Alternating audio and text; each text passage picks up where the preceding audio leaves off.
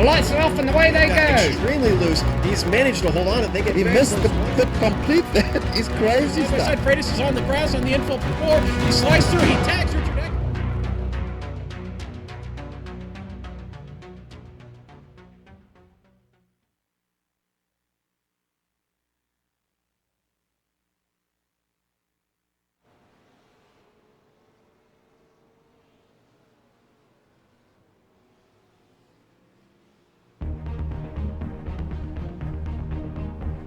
While the Pacific Majors have visited 4 of the world's most legendary tracks, today's race will be the first of the season not held in North America. Spa-Francorchamps started its life nearly a century ago in a much longer and much more dangerous layout. Fast forward to modern day and the drivers are met with a much shorter and safer circuit, but one that is no less challenging. With this race marking the halfway point of the season, it will begin to become clear who are the serious challengers for the championship today. After watching round 6, you're watching round 6 of the Pacific Majors live on the Global Sim Racing channel. Hi, I'm Joe Peak. With me in the booth tonight is Bill Soupzon. And standing in for our usual GT3 expert Kevin Brown is our own Sean Ambrose. Behind the scenes is our director Giancarlo Lindsay, and his cameras have been provided by Dougie Beard. Sean, we've seen Daytona, we've seen Indy, we've seen Sebring, but we've yet to see a track this season that's anything like Spa. Tell us a little more about the circuit. Yeah, Joe, Spa-Francorchamps here in Belgium. Really technical track with a lot of high-speed opportunities here. 19 turns, lots to look out for. 4.35 miles. We're going to run around here for 2.4 hours today, 144 minutes. This is going to be a very interesting race. We've got a lot of cars. And we've got a really big track to get around with a lot of high-speed passing opportunities. We'll start this race out of La Source and up through Rouge and around Rédillon and through the Kemmel Strait. We'll see a lot of movement there early, and then everybody has to get down hard on it through Lacombe. And then through Bruxelles, you'll be really tricky through there. You'll see a lot of cars probably get offline there. And in the very, very difficult Pouhon will present challenges for everybody. Lots of room to run off there and get off track. You're really going to have to keep that car steady through there. This race is about attrition.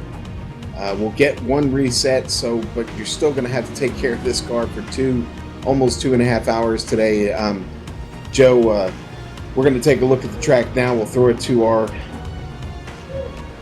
GSRC car going around the track now here for our lap guide.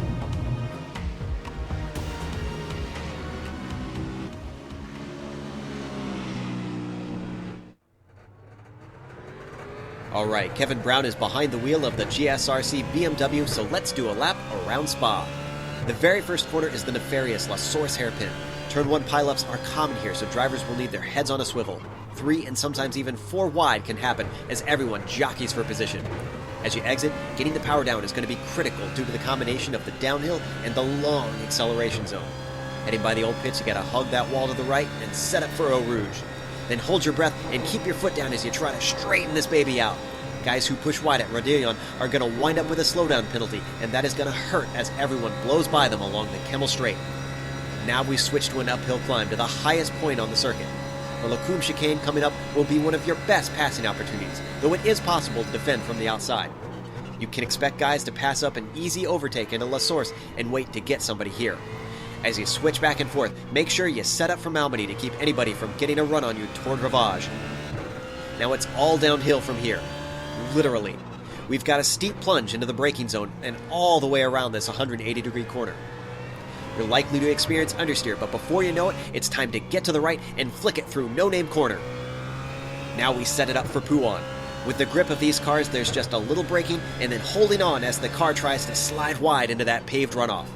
As soon as you feel you've got the line, time to ease onto that right pedal and accelerate the rest of the way around this very fast corner. Careful how wide you drift on the exit though, with the slippery AstroTurf right beside the curb. Get back to the left, and now we've got Fagnes. Make sure and hug the inside on that right-hander to give yourself the best launch towards Stavelot. Once again, be wary of that AstroTurf. One more switchback, and it's a pretty straightforward 90-degree corner for this first part. But the real important thing is the next right-hander. We only have to lift a little, but wait too long and you'll lose time hand over fist down the backstretch. You've got some mild little turns, but once again, there's no lifting all the way. Even as you come up to Blanchimont, the grip of this car lets you stay in it easily. Just carry as much of your momentum as you can and then drift back to the left and spot your brake marker for the bus stop. This is probably your next best chance to get beside another car in the braking zone. I've seen passes made both inside and outside, so pick your poison and hold firm. There's even a possibility of pulling a switchback if you time it right. But as we pull back to the main straight, we've now finished a lap around Spa.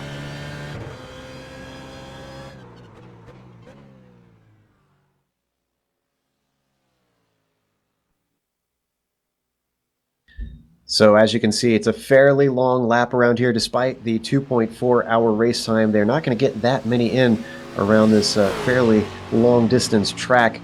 But before we get to the actual race, let's talk about the championship and how that's shaping out. Bill, what are we looking at with this? Well, there's a lot to do. So they're going to hustle through this before they grid up here. In the Governor's Cup, we'll start there. The Northwest team has the lead, but, you know, it's really a case of my white sheep more than my black sheep. They just have so many drivers to get lots of points there. Texas is running second, 131 points back in striking distance. The Jerry Browns, the California team, is trailing the Texans by about 600 points, and then bringing up the rear there is the John Hinkleloppers. I think he's the governor of, I don't know, Colorado, Arizona, one of those. They're way back. This don't have enough drivers to get them competitive there. Let's move over to the Drivers' Championship, and I'll be honest, I have no idea how this thing is going to play out. It's a smorgasbord of events. You got the ovals, the road races, the Predator race. It makes it hard to figure out any trends. Alan Haysbeck is out in front, but I think his forte is ovals. Rob Gale, Brian Barnes, and Ethan Moore below follow next. And I don't expect to be calling their names much today. When the dust settles, James Wyckoff, currently in fifth, has the speed and of all the disciplines to grab the crown here. Moving on, in the sportsman division, Mike Franklin leads the way. Ben Blank is in second, and Mark Redeker sits in third, but Blank draws a blank today as he's not racing, and Redeker and Franklin are racing, but they did not make the pro split. They'll be starting fourth and seventh in the amateur split, broadcast by our friends at Live Sim Racing TV. In the Legends division, Rob Gull sits at the point lead ahead of Brian Barnes, and Wayne Hutchinson and Steve Paulison tied for third. All four qualified for this split. Going for the Big Kahuna, that's for California there. Lionel Little Train Callisto tops the charts. 4 points back is Michael Smith, and Jason Pitts follows next. All three California drivers racing in the top split today. The Northwest Bigfoot standings looks a lot like the Legend standings, with Brian Barnes leading Wayne Hutchinson and Paul Stevenson. The Texas Championship has Alan Haysbeck leading, Ethan Moore in second, and James Wyckoff and David Ankerney tied for third. Moore is not here today. Haysbeck starts 20th, Ankerney starts 36th. So look for Wyckoff starting fourth to climb the charts. And finally, in the Outlaw division, Rob Gall is comfortable in front. Dave Williams and Jason Fleishley start second and third. All three drivers inside the top 15 of our pro split. Joe, I love this series, familiar drivers everywhere, but the changing discipline always shuffles up the starting grid. It certainly does. Well, and that's what's so great about this series is it's definitely proving who is the best overall driver. You got to really be all around great and keep collecting points and a variety of different challenges, even from the ovals to the roads. And you can see the checkered flag is out as we just have a couple seconds ticking down to warn drivers, and then they're going to get to the grid, and we are going to read that out to you in just a moment here as I add some more seconds on here just to psych me out, apparently. Now we've gone to the grid. So now that our grid is populated, let's read off to you how they're going to start this race. Tony Lamberti is going to start on pole with Amjad Yaman rounding out the front row. Ryan Otis starts in third with James Wyckoff in fourth and Ryan Huff in fifth. Jason Fleishley will start the race in sixth, followed by Lionel Callisto in seventh, Kevin Brown in eighth, and Blake Reynolds in ninth. And rounding out the top 10, Bill, is Brian Bennett. In 11th, Davis Williams. Outside of him, Brandon Hobart. Larry Ford sits on the Baker's Dozen spot. Jimbo Pfeiffer. Rob Gall sits 15th. Outside of him, Mark Gugujabinski. Kyle Murphy sits in 17th spot. James Paulson, starts at 18th there. Michael Smith in 19th, rounding out the top 20. Alan Haysbeck. Sean?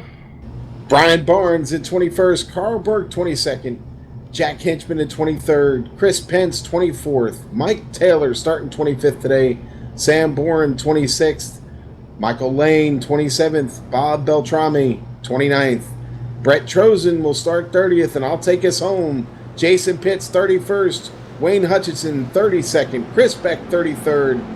And Matt Gelder rounds out the field at number 34. We're starting 34th. And here the pace car, you can see leading them around Blanchimont and up to the bus stop chicane. Just don't call it that around Kevin Brown. He'll certainly give you an earful about that. But they'll have a couple more corners, and then thankfully they're not starting on La Source for this one, Bill. No, they're going to start us in a little bit. With all these cars coming around, that would be exciting to see. Absolutely. Even though the pace car is peeling off now, they're going to have to work their way around La Source, and then they will get the green flag after that on the downhill to Eau Rouge. I hear some problems. We got them stacking up here in the back. A few guys got into each other. Who are they?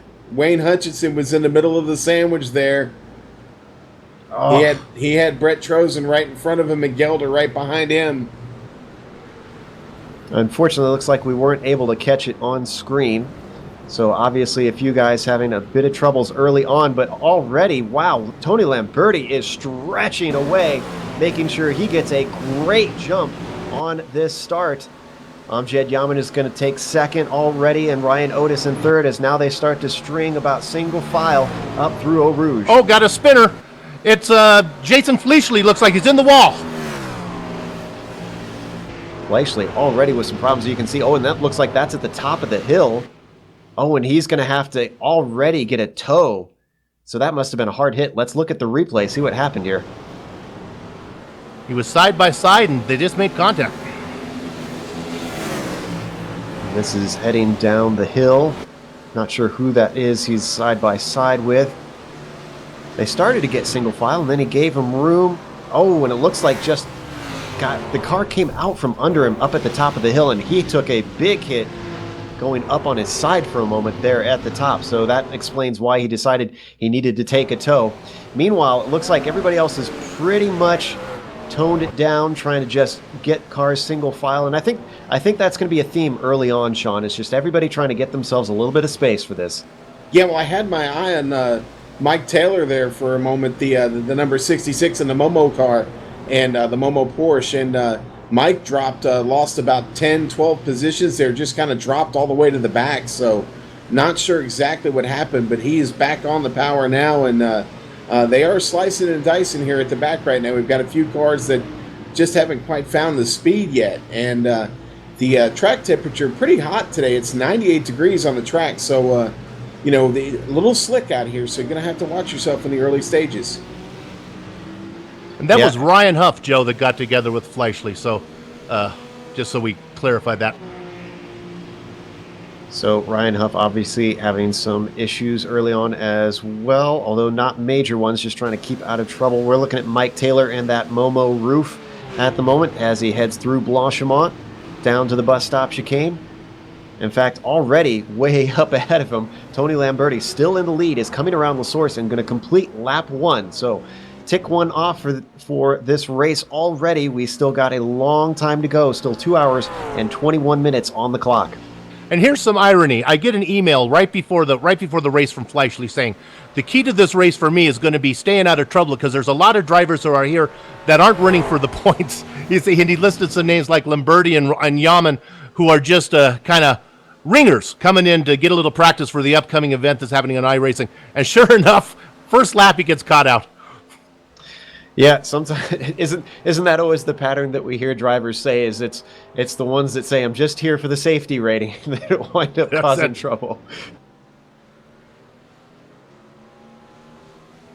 And Fleishley is apparently, he's not in our ready for interview room, but he is in our team speak. I know he got a tow, so he might still get back out there. There's still stuff to race for. We're looking at our leader, Lamberti, still on screen in the McLaren, trying to be chased down by Yaman in his BMW right now, about 1.3 seconds between first and second. So even though Lamberti got a good jump, he hasn't been able to really stretch away quite yet. And Sean, just to follow up on the tow, then we'll leave the Fleishley issue. We'll say goodbye to that. He crashed just at the other side of pit lane, so I imagine how iRacing does it as a tow all the way around the track. It may take them, 5 minutes before they actually start preparing that car. Well, yeah, and then there's the trip down pit lane, which is a monster trip down pit lane. You're on there for a very long time, so I can imagine. Yeah, we're talking close to 5, maybe even 6 minutes, Bill. Meanwhile, I'm jumping a little bit farther back, and I see Larry Ford, David Williams, Jimbo Pfeiffer, all very close on track. A bit of a battle here for 9th, 10th, and 11th. Larry Ford is the one leading the way in that red, white, and blue Ford there at the front of the line. Or no, excuse me, he's in that orange and black Ford that you can see on your screen. Look at the Ford now as they come down the straightaway. Watch the horsepower of these Fords. I really think they're the sleeper car. You know, the top 8 spots were between the McLarens and the BMWs. But my guess is by the time this thing settles down, look for the Fords to work their way up to the top. I've heard a number of drivers say that they are the favored car. They seem to be the fastest one around here, just good all around. And yet some were saying they haven't seen a lot of people picking it. So I'll have to look at the numbers, see how many actually are driving the Ford. But it certainly is showing well in these early stages.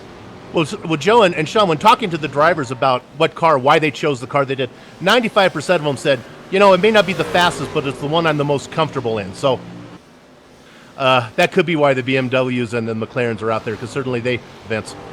And that certainly makes sense, as actually we're watching a battle here go on as Larry Ford is being chased down by Williams. Williams looking to the outside, down the Kimmel Straight. He got a bit of a run, but it looks like he's stalled now that he's pulled out of the draft of Ford. He's going to be on the outside coming up to this chicane. He can still get it done if he can hold on, and in fact he does. Has the inside as it switches back over. So take another point for David Williams as he moves up a spot. And as I just talked about horsepower, and then the McLaren blew by him down the straightaway. So there you go. But you make a great point that drivers picking a car that they feel comfortable in. Even though this is not a 24-hour race, you know, real endurance, it's still quite a slog to get through this thing. So feeling comfortable seems to me something that would be very important when picking what you're driving. Well, apparently some drivers really felt comfortable in the roof, but they're really slow. They're going to have a hard time. We'll be lucky to see a roof in the top 20 today. So, guys, I'm back here watching Ryan Otis right now, trying to work on Chris Pence just in front of him. But, well, Ryan started this race third and now finds himself mired back in 22nd, trying to get that 20th spot away right now. And he is missing the hood and looks to have still some pretty significant damage on the car, but is still finding the speed. So I guess all that SCCA experience paying off right now, fighting that ill-handling car out there, guys. There you can see Otis in that red and blue McLaren. He's being followed very closely by Sam Boren. He is in that black and yellow Ford GT just behind him. Not really a passing spot here as they come up to Blanchemont. He's going to get a chance as they come up to the bus stop. Let's see what he does. McLaren tends to be pretty good under braking. He's fairly close. Is he going to peek out? Takes a little look, but doesn't really do anything. This is a really well-behaved group early on. I hate to put the commentator's curse, but there's not really wild dives or anybody driving too aggressively in these early stages. Yeah, I really haven't seen that at all. I've really been focusing here on the back half of the pack, and everybody's behaving themselves. I mean, we've seen a few cars maybe have a little bit of trouble navigating through a turn or two, but so far so good. That little stack up at the beginning there, Wayne Hutchinson did suffer some damage on that BMW, but he is still out there running and working with it and hanging in there. We're on board with Boren, who's still trying to chase down the car of Ryan Otis just ahead of him. And look at Otis getting very close to Brian Barnes. He looks to the inside down into Lacombe. Clearly outbrakes him, as it looks like Barnes might have actually let him go through. Oops, got a crasher, and it looks like it's Matt Gelder is in the wall. Ooh, and that's at the top of Eau Rouge yet again, like that first lap that we saw with Fleischle. And he also gets a tow. We're going to look at the replay, see how this unfolded. He's already got some damage on the front of his roof, looking at it, and he was in 32nd at the time, so he was struggling. Takes a little bit of curb. And it's almost an exact copy of what we saw with Fleischle, where the rear end starts to get light and it catches him out. You know, I hear a lot of people, real quick, Bill, talk about how these GT3 cars are made to be easy to drive because they're kind of, you know, playboy cars where guys get a lot of money and drive them. But from what I'm seeing from these guys, it's no easy feat to really push these things. No, it isn't. Well, I guess it's easy to drive if you're taking it to Studio 54. Now, boy, did I just date myself there. We like to talk and look for the battles on the track. The best battle on the track is right up at the front with Lamberti and Yaman. Yaman is really giving him a hard time. Lamberti seems to get a real good exit on a corner exit and drives away. But Yaman is really pestering him. He's closed up since we last saw. Remember, we said it was about 1.3 last time we checked in with him, but that was a couple laps ago. They're on lap 5. Looks like they're ticking off lap 6 now. And Lamberti has only about 7-8 tenths over Yaman. Now they come over the hill. Let's see if he can improve it with a good run out of it. No, it's staying just about the same. Draft will once again start to come into play, and Yaman will start to close in even from that far back usually.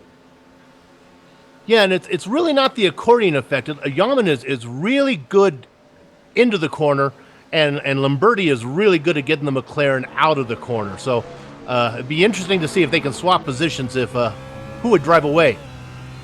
Here we ride on the dashboard of Yaman, heading down into Ravage. Now, with Yaman being in the BMW and with Lamberti being in the McLaren, we haven't talked a whole lot about the differences between these cars, and I'm wondering if that comes into play as well, with Yaman being really good on the brakes here. Well, I know Amjad's talking about that the tires go away on the BMW. He has to really be careful, or it really starts to plow. So he wants to watch out for that. One thing about full disclosure, we know Amjad. He's one of the directors for GSRC. I'm probably going to get in trouble for this. Amjad's really good at taking a 10th place car and getting it a 5th place finish, a 5th place car and getting a 3rd place finish. But darn it, he's awful really good at taking a winning car and getting it a 20th place finish. So we'll see if he can avoid the bad luck that seems to plague him whenever he has that checker flag close to him. We'll see what he does here today. Certainly positioning himself well, and I wonder if maybe he's pushing hard now to try and put the pressure on Lamberti before the tires do go off on this car, so that he can try and keep hold in the latter stages of his stint. I've heard him say that he's definitely taking tires in the first one as he really closes up under braking for the bus stop. And it's a kind of a crapshoot on whether or not you take tires on the second stop. Now, other drivers have told us definitely take tires, but according to Amjad's calculations, it's going to be really a toss-up on whether it's worth taking them or not. And Sean, before we go to you, the guy I've been keeping an eye on is Blake Reynolds. Now, he's your fastest Ford. And again, I'm telling you, the Fords are the cars to watch out for. He is running down the 3rd place car of Ryan Huff that's just ahead of him. I think in the long run, those Fords are going to be something to deal with. Yeah, well, I'm watching one of them right now. Sam Bourne in the Stanley Tools Ford. He's working his way up through the field, battling just a gaggle of traffic here.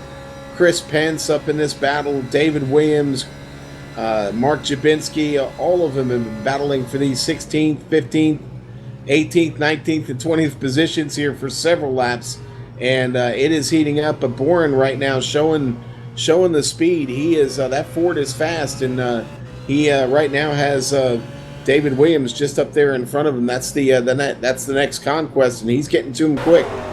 And actually, we didn't see it on screen. Now we're seeing the battle between Pence and Williams. They swap places at La Source. Williams trying to make the pass back up to Lecombe, but he backs out of it, decides better of it. He had the inside even. So, obviously playing a bit of a timid strategy early on. Now, and Williams is... go ahead, Bill. When you get a chance, you can follow it. But there's a dogfight back here for 10th position with Pfeiffer, Smith, Gall, Murphy, and Paulison. Whoa, it's a pinata full of bees. Those guys are all fairly close. We're still on Williams right now. I'm keeping half an eye on that battle that you mentioned, as Williams goes way wide, gets himself an incident point. Now, I don't believe they have an incident limit in this series. Let me double check that. There is no incident limit, so these guys can abuse the limits of Spa. However, I do believe they have live marshals, so they might not take too kindly of guys taking to that paved runoff too much here. Jack Hinchman, this got tapped into the wall. We don't need to go to it. He's back out on the track, but all you Hinchman fans, he ran into a little trouble running in 27th position. Well, let's jump up to that battle between Ford and Ford and Pfeiffer, actually, because Ford is really closing in on the back of Pfeiffer. Now he's got a really good run as they're coming up to Blanchimont. This is a very tricky corner to go side by side. He actually forces him off into the grass, and Ford is going to have to back out of it. Pfeiffer goes very wide out of the corner, but still manages to pull himself a gap. This makes Ford vulnerable as Michael Smith looks to the inside, down into the bus stop. Has to back out of it once again, and they're still in the same order as they were, with Ford in 10th, Smith in 11th, and Gall in 12th. There's a 9-car train behind Pfeiffer. We're riding on board with Ford at the moment. Boy, that was tense moments. I guess he didn't expect Pfeiffer to really push him that hard up to the edge there. He didn't completely squeeze him off, but he gave him just about a car's width of room. Now this is, as we come down here, this is where I would think that the Ford would really be able to run down the BMW up there at top end speed, but it really hasn't been happening as much as I thought it was. The cars seem to be fairly well balanced, but we do have a BMW, interestingly enough, chasing down a Ford. That's Michael Smith. They were, as we look out the back of Jimbo Pfeiffer, going to try and outbrake Ford down into Lacombe. Does so cleanly. He's got the spot. That is Smith up into 10th position. It's a nice, clean move he made. Very decisive. Now, we haven't talked about pit stops. I think we're looking at 2 stops during this race. They can go all the cars can go about an hour. So we have to watch out for anybody doing the hokey doke, the T-Berry shuffle, coming in and pitting in the next 10 minutes and then doing long stints. We think most of the guys are going to go an hour, and then the splash and go, and maybe to change tires. That's the option. Yep, and it could necessarily change if guys find themselves in a draft battle and they know they're faster than the car that they're fighting with. So we'll see if anybody tries to change on the fly just to get themselves some track space. Just a little bit behind, we can see that battle between Ford and Rob Gall. Ford in the orange and black Ford, Gall in the black and white BMW. And it looks like Gall lost a little bit of ground heading into Curve of Paul Frere there. Very nice. I got my trap Mac up. I know what I'm talking about. Yeah, and the battle behind him isn't too bad either. Lots of fighting going on here early. We're starting to see the heat intensify just a bit out here as everybody now trying to make some moves here throughout the race. Bill, I think you're responding to what I saw. I don't know if we caught that on camera, but Michael Smith said, "Not now." He really closed the door on Gall as Gall was making a move down the straight. Oh, I think that was Ford. Ford, Yeah. Ford's having a bad time with Blanchimont these last couple of laps, but Smith closing in on the back of Pfeiffer, heading down into La Source, but doesn't get a good exit as Pfeiffer's able to stretch himself away. This is going to get interesting once they get to the top of the hill, though, because that draft is going to come right back.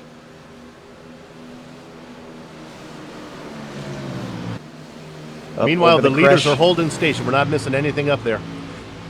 Up over the crest, Sean. And it looks like everybody's just about even, although Ford looks like he had a fairly decent run on Smith.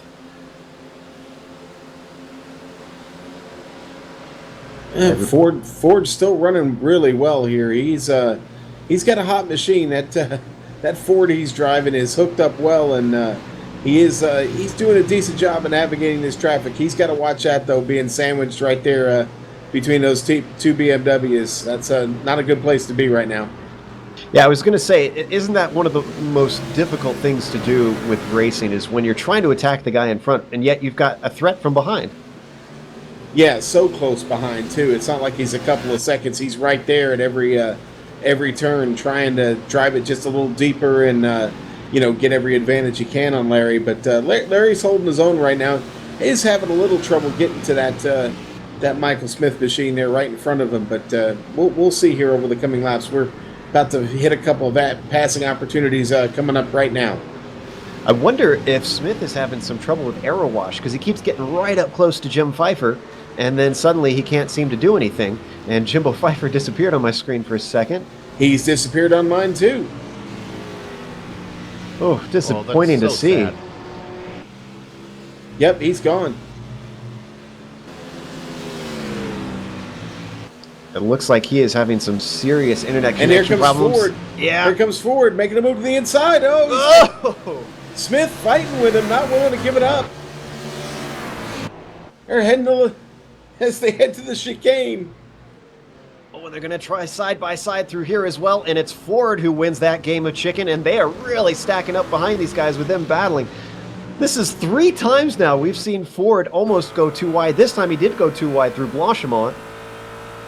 Yeah, and Smith had a little something to say to him on the radio there. I didn't catch it, but there was words exchanged. Well, Probably not repeatable. Look who has popped back on the screen there. I'm seeing Pfeiffer is back. He just showed up on my screen.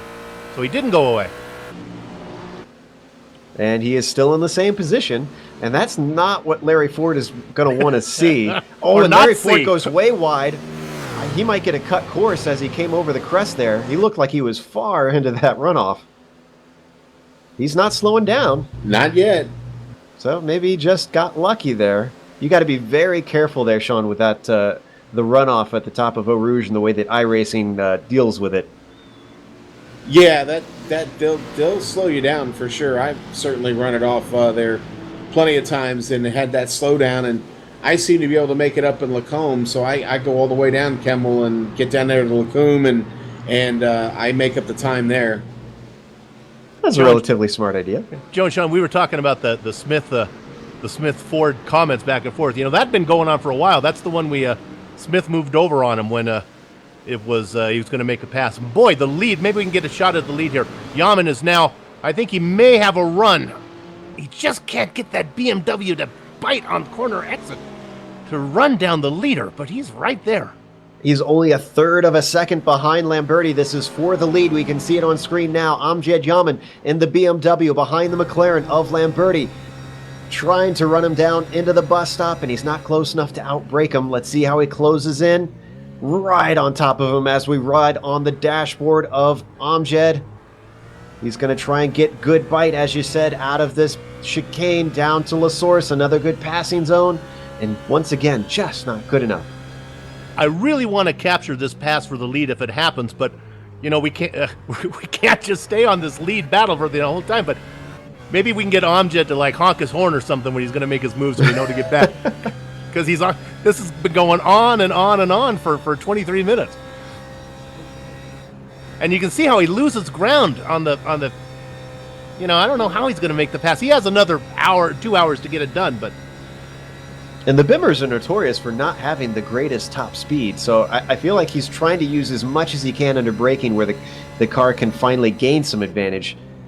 He's just going to have to really find a mistake from Lamberti, I think, and be close enough to really outbrake him into one of these corners. Yeah, well, in 23 minutes, Lamberti has been flawless so far. He's still got 2 hours and 2 minutes to stay flawless, though, so it is not over by any stretch of the imagination. Now, Sean, we are in the pit window for people who want to do the dipsy-do and come in and take that early stop. They can go the distance from here. We're not going to be fooled. We're going to keep an eye on that for somebody dashing in because we don't want them to sneak in and say all of a sudden, hey, where'd that guy come from? But so far, I don't think we have any takers from the leaders. In the meantime, we've got a battle going on between Jubinski and Pence a little ways back for 17th and 18th. That's exactly what I was watching, man. They were dragging down Kemmel and having quite a race there, and neither one of them wanted to give, and finally they did. Cooler heads prevailed, but those two, Pence and Jubinski, and Pence is off. He's way off. He was almost up to the wall there. Now coming down through Blanchimont here, tricky part of the track here. It's a very difficult corner. It really invites you to get on the power, especially with that paved runoff, but it can bite you if you do it a little too soon. I'm sorry, that was Puhan we were heading through. I got my names mixed up. Sorry, guys. And it looks like this battle has petered out just a little bit, but a little ways up. Carl Burke is not far behind Hesbeck and James Paulson. In fact, wow, Burke has a really good run heading down to Blanchimont. Let's see if he can try and get up next to Alan Noah. It looks like he might have lifted. Now, Burke is the caboose of the train that was up ahead, the Forrest Smith train, we're going to call it, the Pfeiffer train. These guys were really backed up there for a while. It's stretched out a little bit now. Well, not that much, huh? Yeah, they get back together. Oh, and I see a car in the pits. Who is that? That is Michael Smith. Okay, there's your dipsy-do. Is this, well, the question is this a planned stop, or did he get some sort of penalty, maybe? Well, I don't see any damage on the car, but he's making that long trip. You've got to go through the regular pit area and then come all the way around La Source, then over to the endurance pit area. So that is just taking forever, losing precious time as he slowly makes his way through. I think that pit speed is 35 miles an hour, or is it 40? Looks like it's 37 is what he's sticking to right now. And the cars do have a pit limiter, but this is basically the equivalent of you trying to get to a show or a game or something, and you're stuck in stop-go traffic. It feels like an eternity. Now he's to his stall. So it looks like this is probably a scheduled stop. Okay, now also out of the mix is Jimbo Pfeiffer. Now, I don't know if he pitted. Maybe I can go back and see if he pitted. Let's see. Or if it was an internet problem. But he's running right now back in 31st position. I do not see any notes on here about him losing connection, so I think it should be something that... Let's see if he came in for an early pit stop. Yeah, he's been in the pits. He came in. So so Smith and Pfeiffer are both in. So that makes, that puts Ford now at the top of that train then. And you can see Pfeiffer is now currently scored in 32nd. He'll be picking up positions as everybody else starts to play out their pit strategy. I've jumped back up to the front where Amjad Yaman is once again right on the rear bumper of Lamberti. They're going to stretch out just a little bit. But under braking every single time, he is about within a car length. And not to be forgotten about are Huff and Reynolds. They're not really in the picture, but they're not losing any ground to these guys. They're running second and third respectively, staying right there. They have them in sight. And if they start battling, Huff and Reynolds could very much come into play, and we could see a 4-car battle for the lead. So definitely watch this space sort of situation as we see Reynolds in his black, white, and red Ford on screen. Looking down to see if there's any close battles going on a little bit farther down the field. Well, I'm still kind of keeping an eye on this battle with Carl Burke and David Williams, Chris Pence, Jabinski, Michael Lane in that mix, and just we've got about 7 or 8 cars right now, all challenging for those spots from like 14th back, and really good racing going on. They're all pushing their cars to the limits, as you can see them heading. They just got through Eau Rouge already on there. Carl Burke having a little bit of trouble. Yep. A lot of trouble, because look at Pence just stream on by. Takes the position with ease. In fact, he's going to be under threat from Jabinski once they get to the braking zone. Saved by the bell as Carl Burke now finally is able to keep Jabinski at bay. In fact, he even manages to close up on Pence. And it sounds like there's something going on in 5th through 10th. Well, not really, but I thought maybe we'd give these guys a little screen time since things are calming down there a little bit. Let's go ahead and look at James Wyckoff running in 5th place, comfortably there. These guys certainly could be seen at the front when all things are said and done. They're just running their race. We'll back up one more spot. Kevin Brown running in 6th position in the McLaren. We go back one more spot. We haven't heard much from Brandon Hobart running in 7th place in that beautiful colored car, that blue and red and white EcoBoost car. Very pretty car. Back to 8th place position for Brian Bennett. And then we go back one more spot. That gets us back then to Larry Ford, who we've seen plenty of. And of course, Ford has taken over 9th place position when Smith and Pfeiffer have come in for their early scheduled pit stops. And critically for Ford, he's now got a 3-second lead over Rob Gall. He's all by himself. He's got the track now with some space to the other cars, so he can start to focus on rifling off laps. And before that battle, while that battle was going on, Gall was right there. So I think Ford's happy to, Ford in a Ford. That's good. It seems like that should be like a rule. I think he's going to be happy. He's running some hot laps now. Certainly should be. This is the time where if he's got a crew chief, he's going to be telling him, buckle down, hit your marks, and just start putting in really fast laps, because it's going to pay off later in the race. We're looking at Rob Gall sitting in 10th, and his BMW also has a little bit of space. Although he's got about a second and a half back to Kyle Murphy, you can just catch glances of on your screen. There he is in the Kraken machine. And Brian Barnes just looped his blue BMW into the wall right before the start-finish line. He's pulled it out. He's missed pit lane, so he's got a long way to go. He has, 4.3 miles, Sean, all the way around with a damaged front end? 4.3, yes, sir, all the way around. Oof, we're looking at the replay right now. That popsicle car is coming around the final corner, and the rear end comes around. Didn't hit it too hard, but enough that he's going to be kicking himself inside that cockpit. Well, what's good is he's inside the pit window now. So, I mean, all these guys, if there's a mistake now, you're good. You can come in, get your free car, and you can still get home with one more stop from here. As we see the replay one last time, now we switch back to live. We've got a bit of a battle farther down in the field. 19th position, Michael Lane trying to chase down Sam Boren. I believe these are both Fords. Yes, you can see on screen now. Coming down Rivage.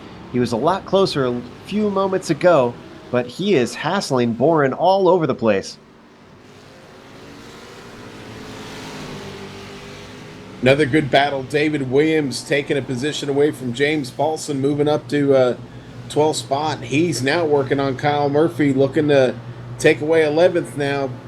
Williams looking really strong. He's got that McLaren fired up and spitting fire as we speak. And right now, Kyle Murphy having to contend, doesn't seem to have the ponies when they hit the power on these long sections of the track. Now they're getting ready to head through. They're heading through Friere now, on their way to Blanchimont. Let's stay on this battle, but David Williams is part of the TNT Racing, if I'm not mistaken, and that is a teammate of James Wyckoff. Now, well, we mentioned... I'm sorry, just to interrupt. Speaking of Wyckoff, he's come into the pit, so go ahead, Joe. Oh, and it looks like we might have some action as Williams looks to the inside, but backs out of it before they get to the braking of the chicane. Although it looks like Murphy gives the apex a miss, and that is going to put him at a disadvantage. Now he's got Williams all over that rear spoiler. He stays defensive on the inside. Williams is going to have to pull it around the outside, or maybe he can get it over under. Now Murphy goes back to the racing line, and he just gets tipped. Can he hold on to it with a slide? Yes, he does. Great recovery from Murphy, and still holds on to the position. I wondered if that was going to happen. He came back to the line just a little late there, Sean. Yeah, Williams came on the radio, gave him a little nod, said, "Hey, sorry, they're both fine. Everybody's good. Everybody survived that time." Thankfully, we're going to look at the replay from onboard Williams, see what he saw, and you can see that car just kind of drifts back, and he didn't expect it. Braked a little too late, just barely tipped him. Nice little power slide in the crack machine. In the Lacombe, Williams takes the position for Murphy. Murphy's still on the inside. Look, oh, Williams just really driving hard right now. Makes it out of that, and makes his way now down. Wow, Williams just on rails right now, looking really good. That McLaren is really just on point right now. I wonder if Murphy is the cork in the bottle in this situation, because look, he's already got Hesbeck all over the back of his car. There's not really a passing place down into Pouon as they get to this downhill left-hander, very fast corner. Still right on top of that white roof in front of him. Maybe he can try and do something into Fangis. Can never get that name right. Not close enough, unfortunately. Going to stay on this battle a little bit longer. Oh, he's going to try and take a dive down into Curva Paul Frere, but not enough braking for him to try and sneak it in. Anyways, one thing that I was going to talk about earlier, let's stay on this battle still, Bill, but talking about Wyckoff, the teammate of TNT driver Williams, he's kind of, he's driving at not quite 100%, we understand. Has a few health problems. Yeah, I think the main one for this, I mean, he has several. He has a serious one. He has a bad ticker, and we certainly wish him the best there. But in regards to this race, I don't think the ticker's causing a problem here. He has a sore braking foot, and he was wondering if he was going to be able even to get through this race. He came into the pits, and now he's disappeared. So I'm going to think that maybe the foot has given himself the boot. Always with a good pun, Bill. It's sad to see though with him leave. It is. Well, he was in the hunt for the points. He was doing really well. Wyckoff has had some good races on both road and oval. Don't forget, too. Hey, we got a nice battle now shaping up between Huff and... Oh, I'm sorry. It's not. It's a lapped car. I'm sorry. I thought we had... Never mind. I'll tell you what battle is heating up. Brendan Hobart really putting the charge on Kevin Brown right now. Absolutely. Hobart is really coming strong. He was up the Kemmel Straight there. He was all over the back of him as they head into Lacombe. He couldn't quite pull it off, but right now Kevin is having to work really hard to just keep that space between him and Hobart right now. Now, we mentioned drivers picking cars that are comfortable with. I've heard a couple pick for different reasons, Kevin Brown being one of them. He's driving the McLaren because his teammates are driving the McLaren and the Spa 24 Hours that iRacing, the official one, coming up soon. So he's preparing himself, and I've heard a couple drivers say that they're driving this car as a preparation for the upcoming 24-hour race. So Brown is not quite in his comfort zone, but he's currently sitting fifth, though. Fifth overall in a field of 34 is not bad, especially for someone who's not a regular in this series. Yeah, I think we're overrating that a bit. He likes it okay. He whines a lot, but he likes it okay. It's the nature of the Kevin Brown beast, if you know Kevin, yeah. Hey, we have a nice battle. This lead battle now has turned into a three-way battle as Ryan Huff has really closed in. Wow, look at that. We can't see it on screen. There we go. Ryan Huff in third. And that BMW chasing down the pink and white machine of Amjad Yaman. He's got just 7/10 up to Yaman. In fact, he's closer to Yaman than Yaman is to Lamberti. Yeah, we'll see how patient now. Yaman's been really patient in second place, and Huff's been on a roll. We'll see how well Huff sits behind Amjad there. Coming down the long Kemmel Straight, or up, we should say, as it's an uphill climb all the way to the top of the track here. A lot of elevation change, if you didn't notice by now, on this circuit. Yeah, you will get a little seasick here if you just stare into that screen for too long. Dramamine might be an option. Thankfully, these drivers don't have to deal with elevation sickness, because a friend of mine recently moved all the way from LA to here where I am in Colorado, and he's feeling the effects. So these drivers don't have to deal with being a higher elevation up in the mountains of the Ardennes, thankfully. Might have explored that issue before he moved all his stuff there, huh? Yeah, well, I guess having lived his whole life in California, he's used to sea level, didn't really think about it. Oh, Huff Meanwhile, this is heating up. 3/10 now between Huff and Yaman. Look at this. Now, if I'm Amjad's crew chief, we got 2 hours, just under 2 hours to go. Let him by, Amjad. This guy has somewhere to go, and you want it to be not through you.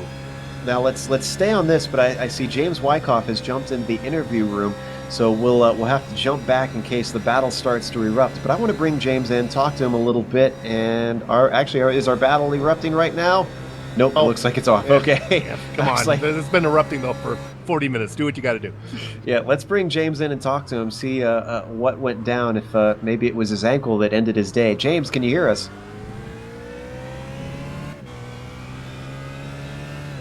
James, have you got us? Sounds like James might have taken off for just a moment, so we'll wait around just a bit to see if he hops back. Maybe went to get a drink, get some ice for his foot maybe. In the meantime, now the gap between the cars is 0.6 and 0.5, although it's stretching a little bit between Lamberti and Yaman, now up to 0.7. And now it sounds like we have James here. James, can you hear us? Yeah, I got you. How are y'all today? Oh, we're doing fine. The question is, how are you doing? We understand that your foot was bothering you. Yeah, my foot is killing me. I'm on 2 hydrocodone, and it's hurting. But that isn't what took me out, unfortunately. What took you out of the race? Because we didn't catch it, actually. What took me out of the race was my hardware decided to go AWOL. So and I have no idea what it is. So the iRacing equivalent of having an equipment failure, basically. Let's stay with this a little while longer for the fans. I watched how many practice laps James put in. It must have been, you must have spent 6-7 hours practicing for this race. Yeah, I think I put a total of 300 laps this week, and Spa, that's a pretty good chunk of time. I don't know exactly how many hours I put in. James, it honestly always impresses me the amount of preparation you put into these races, and usually it seems to pay off because you're usually one of our front runners. So we're sad to see you out, but hopefully you'll be able to get back into it. And it looks like action was starting to unfold there with Amjad Yaman making a mistake with Curva Paul Frere, and now he's got the car of Ryan Huff all over the back of him. He's moving to the outside. He's going to be too wide coming through Blanchimont. Is either of them going to give? There's still quite a bit of race to go with an hour and 44 minutes left, and Amjad is the one that backs out. Sorry about that, James. We just had a bit of action we had to go to.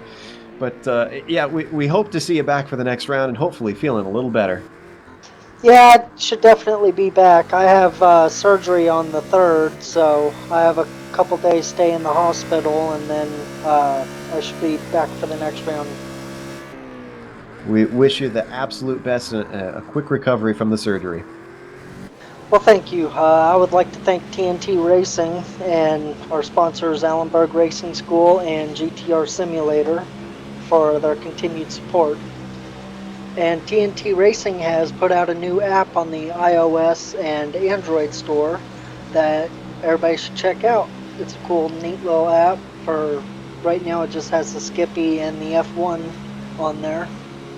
What's the name of the app? Do you know, James? I believe if you just look up TNT Racing School, it'll pop right on up.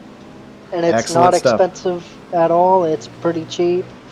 And there's an Ask TNT section, track guides, telemetry section, all sorts of neat stuff on there. Sounds extremely helpful. So if you guys are out there and looking for new stuff to help you with racing, definitely go give that a look. Thanks for coming and talking to us, James. Well, thank you for having me. I'm going to go check out the rest of the broadcast and put my foot up on some ice. All right. Hopefully go get it checked out pretty soon. Feel better soon, man. James Wyckoff from the Michael Waltrip School of Racing. Get those sponsor plugs in. Always, of course. Pence Y'all making a know me? move on Hayspec here. Pence taking that position away. Hayspec not giving up, man. He's all over the back of him. This is for 11th and 12th position on track. Yeah, this battle rages on. Kyle Murphy's been in this mix too. These three can't get away from each other right now. They're locked in and traveling together as a lot of other cars have separated from packs or just challenging the track. These three continue to be the battle right now on the track. And slowly but surely, it looks like they're starting to leave Kyle Murphy a little bit behind. You can see they've stretched that gap behind him. If they start fighting, though, he's going to be right back on top of him. A little bit of a mistake as Pence goes wide through Pouan. That allows Hesbeck to get right up on the back of him. Just not close enough to try and outbreak him into Fagnes.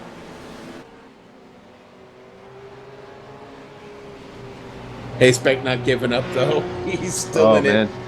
He is doing a great job of trying to rattle the cage of Pence, making sure that he has got to have an eye in those mirrors.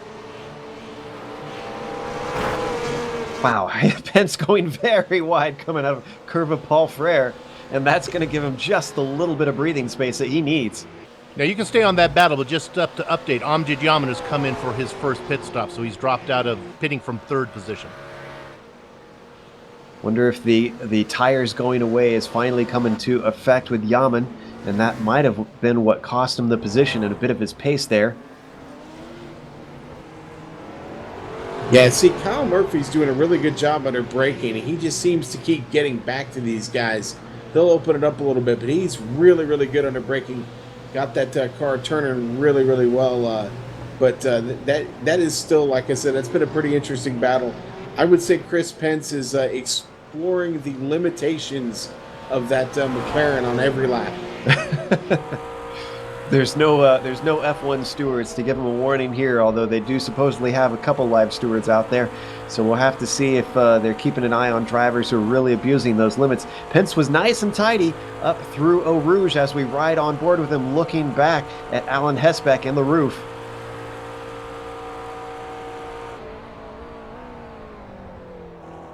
Amjad Yaman still in the pits. Now, we talk about pit stops. Well, go ahead and interrupt if there's something that's exciting happened there.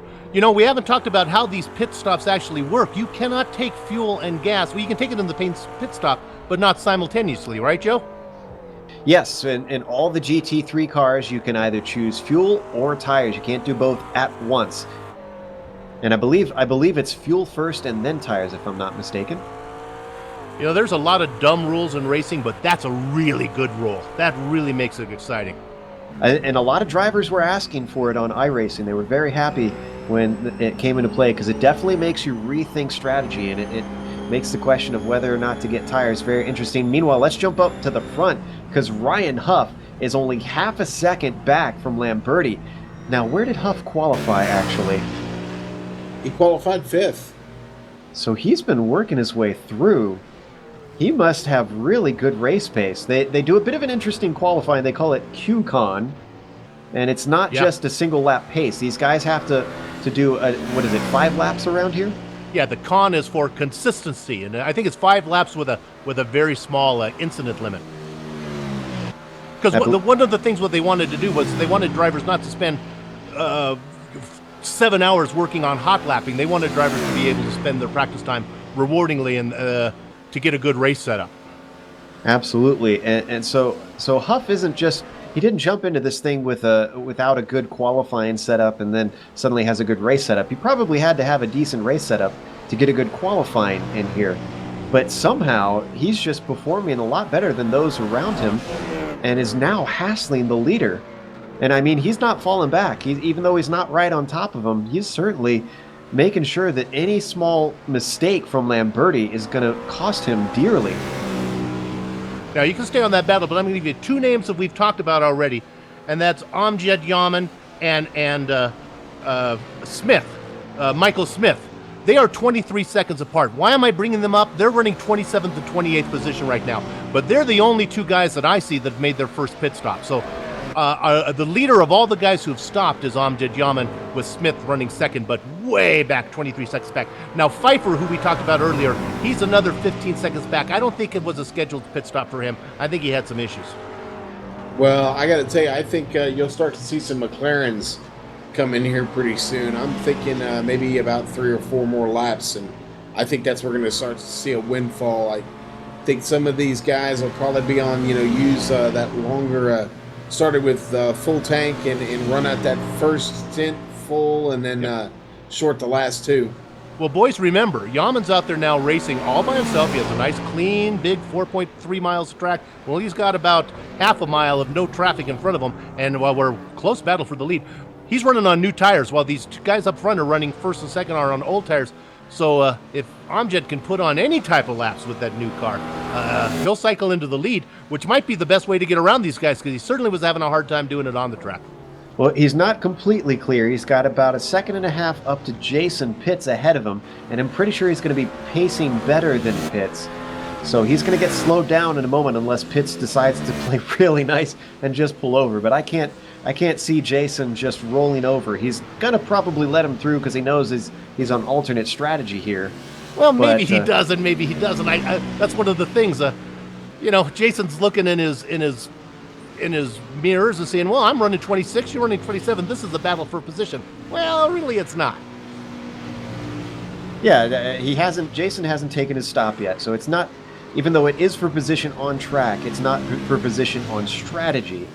So he doesn't have reason to fight too hard, and that's the big question mark that Amjad Yaman has to ask, as now he's closing up within half a second here, so he's going to have to deal with this soon and see, is he going to fight me, is he going to slow me down, what's going to happen here?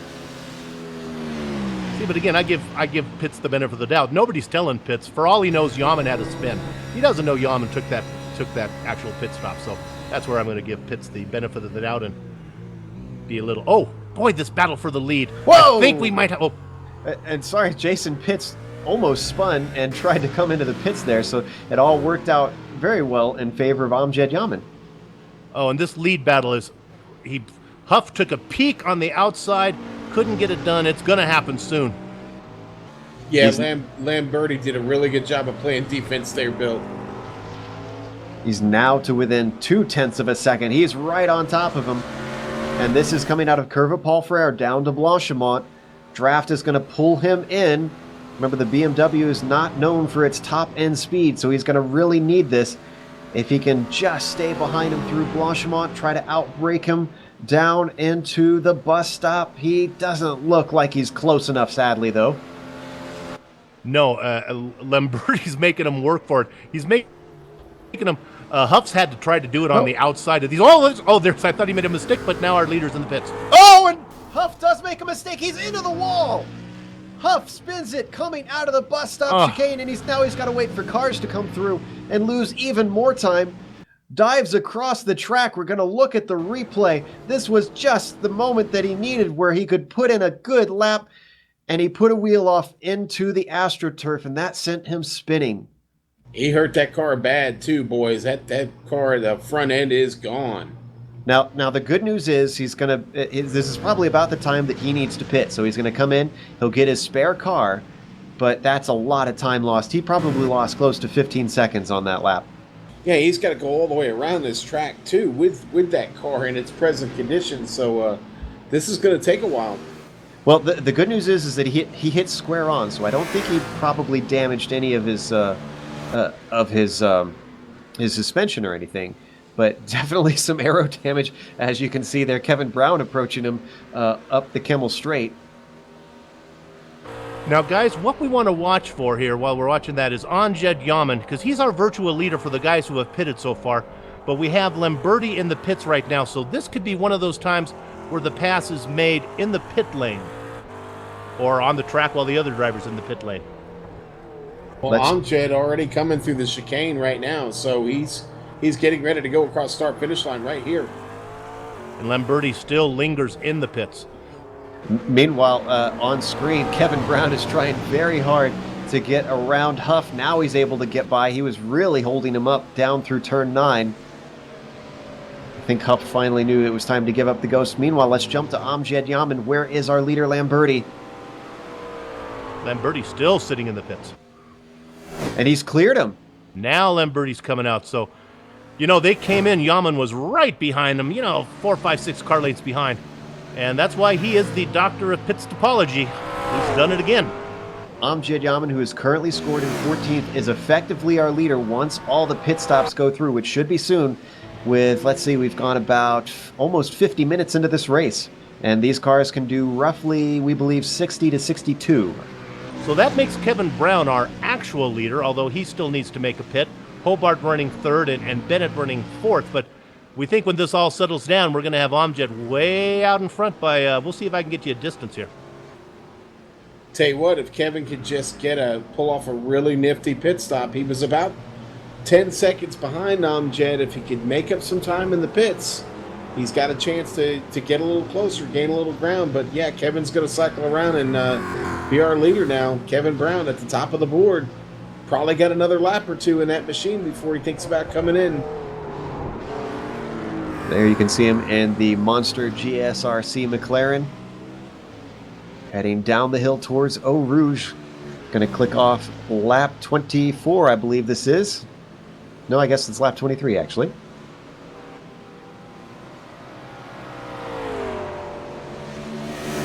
So, car to keep an eye on at this point, Amjad Yaman and Tony Lamberti. Yaman was chasing down Lamberti, or at least holding him in check for quite a few laps. The question is, was the draft helping him? Is Lamberti actually faster? Is he going to start to gun him down?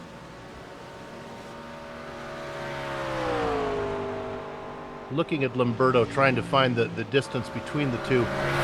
They're behind each other on the track, and Yaman has 9-second lead on Lamberti. So a fair distance. It's going to take that's a significant amount of time difference. See, I wonder if Yaman has switched up to maybe split this into even. We don't know how much fuel he took. I mean, let's take it. Yaman obviously came in before he needed to, so he couldn't put in as much fuel. Let's say Lamberti ran the car dry, he filled it all the way up. So it's possible that's where the difference is. We really won't know till that final pit stop. He could, Amjad's car could not be as full as Lamberti's is right now, so the difference could be made up on the next stop. Who knows? Lamberti sitting in 12th as the cars that are still out there continue to work their way towards their first stop. Drivers yet to stop: Kevin Brown, Brian Bennett, David Williams, Chris Pence, Alan Hesbeck, Kyle Murphy, Mark Jabinski, James Paulson, Jack Hinchman, quite a few. And then Mike Taylor sitting in 10th, I'm seeing. Last car not to pit. Ooh, Kevin Brown having a close one there as he came off of Blanchimont and down into the chicane. He got all the way out there on Blanchimont. Don't think he got a time penalty, though. Don't see him slowing down. He hasn't headed in for the pits yet. Kevin Brown still our leader as he heads back across the line.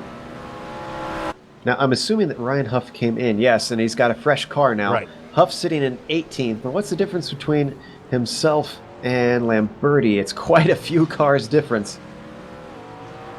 Yeah, quite a ways back. It's Trozine has yet to pit, is between them. Blake Reynolds. Reynolds has probably made that pit stop. Camera still staying on Kevin Brown. Obviously, our director liking to get... There we go. We're on Blake Reynolds now in 14th. I have Reynolds might be running third of the cars who pitted. I can verify that he made a stop because he was running up near the top. I think you're correct. I think he was one of the early stoppers. The number 76 machine, Texas driver. Oh, let's switch over to Ford and Otis having a battle. This is for 19th and 20th. Ford currently on top, though. Looks like we might have just missed the battle, unfortunately. And we're correct. Reynolds has pitted. So for the cars that have come in now that have pitted, it's Yaman, Lamberti, and I'm going to say that Blake Reynolds is running third overall of the pitted cars. Of course, we haven't seen the front guys come in. Huff is behind those guys. Some of these guys are certainly trying to stretch this first stint as absolutely long as they can go as we continue to watch Otis and McLaren. Looks like Ford actually might be stretching away from him. Actually, yeah, that gap is already up to a second between Ford and Otis now as they head through the chicane.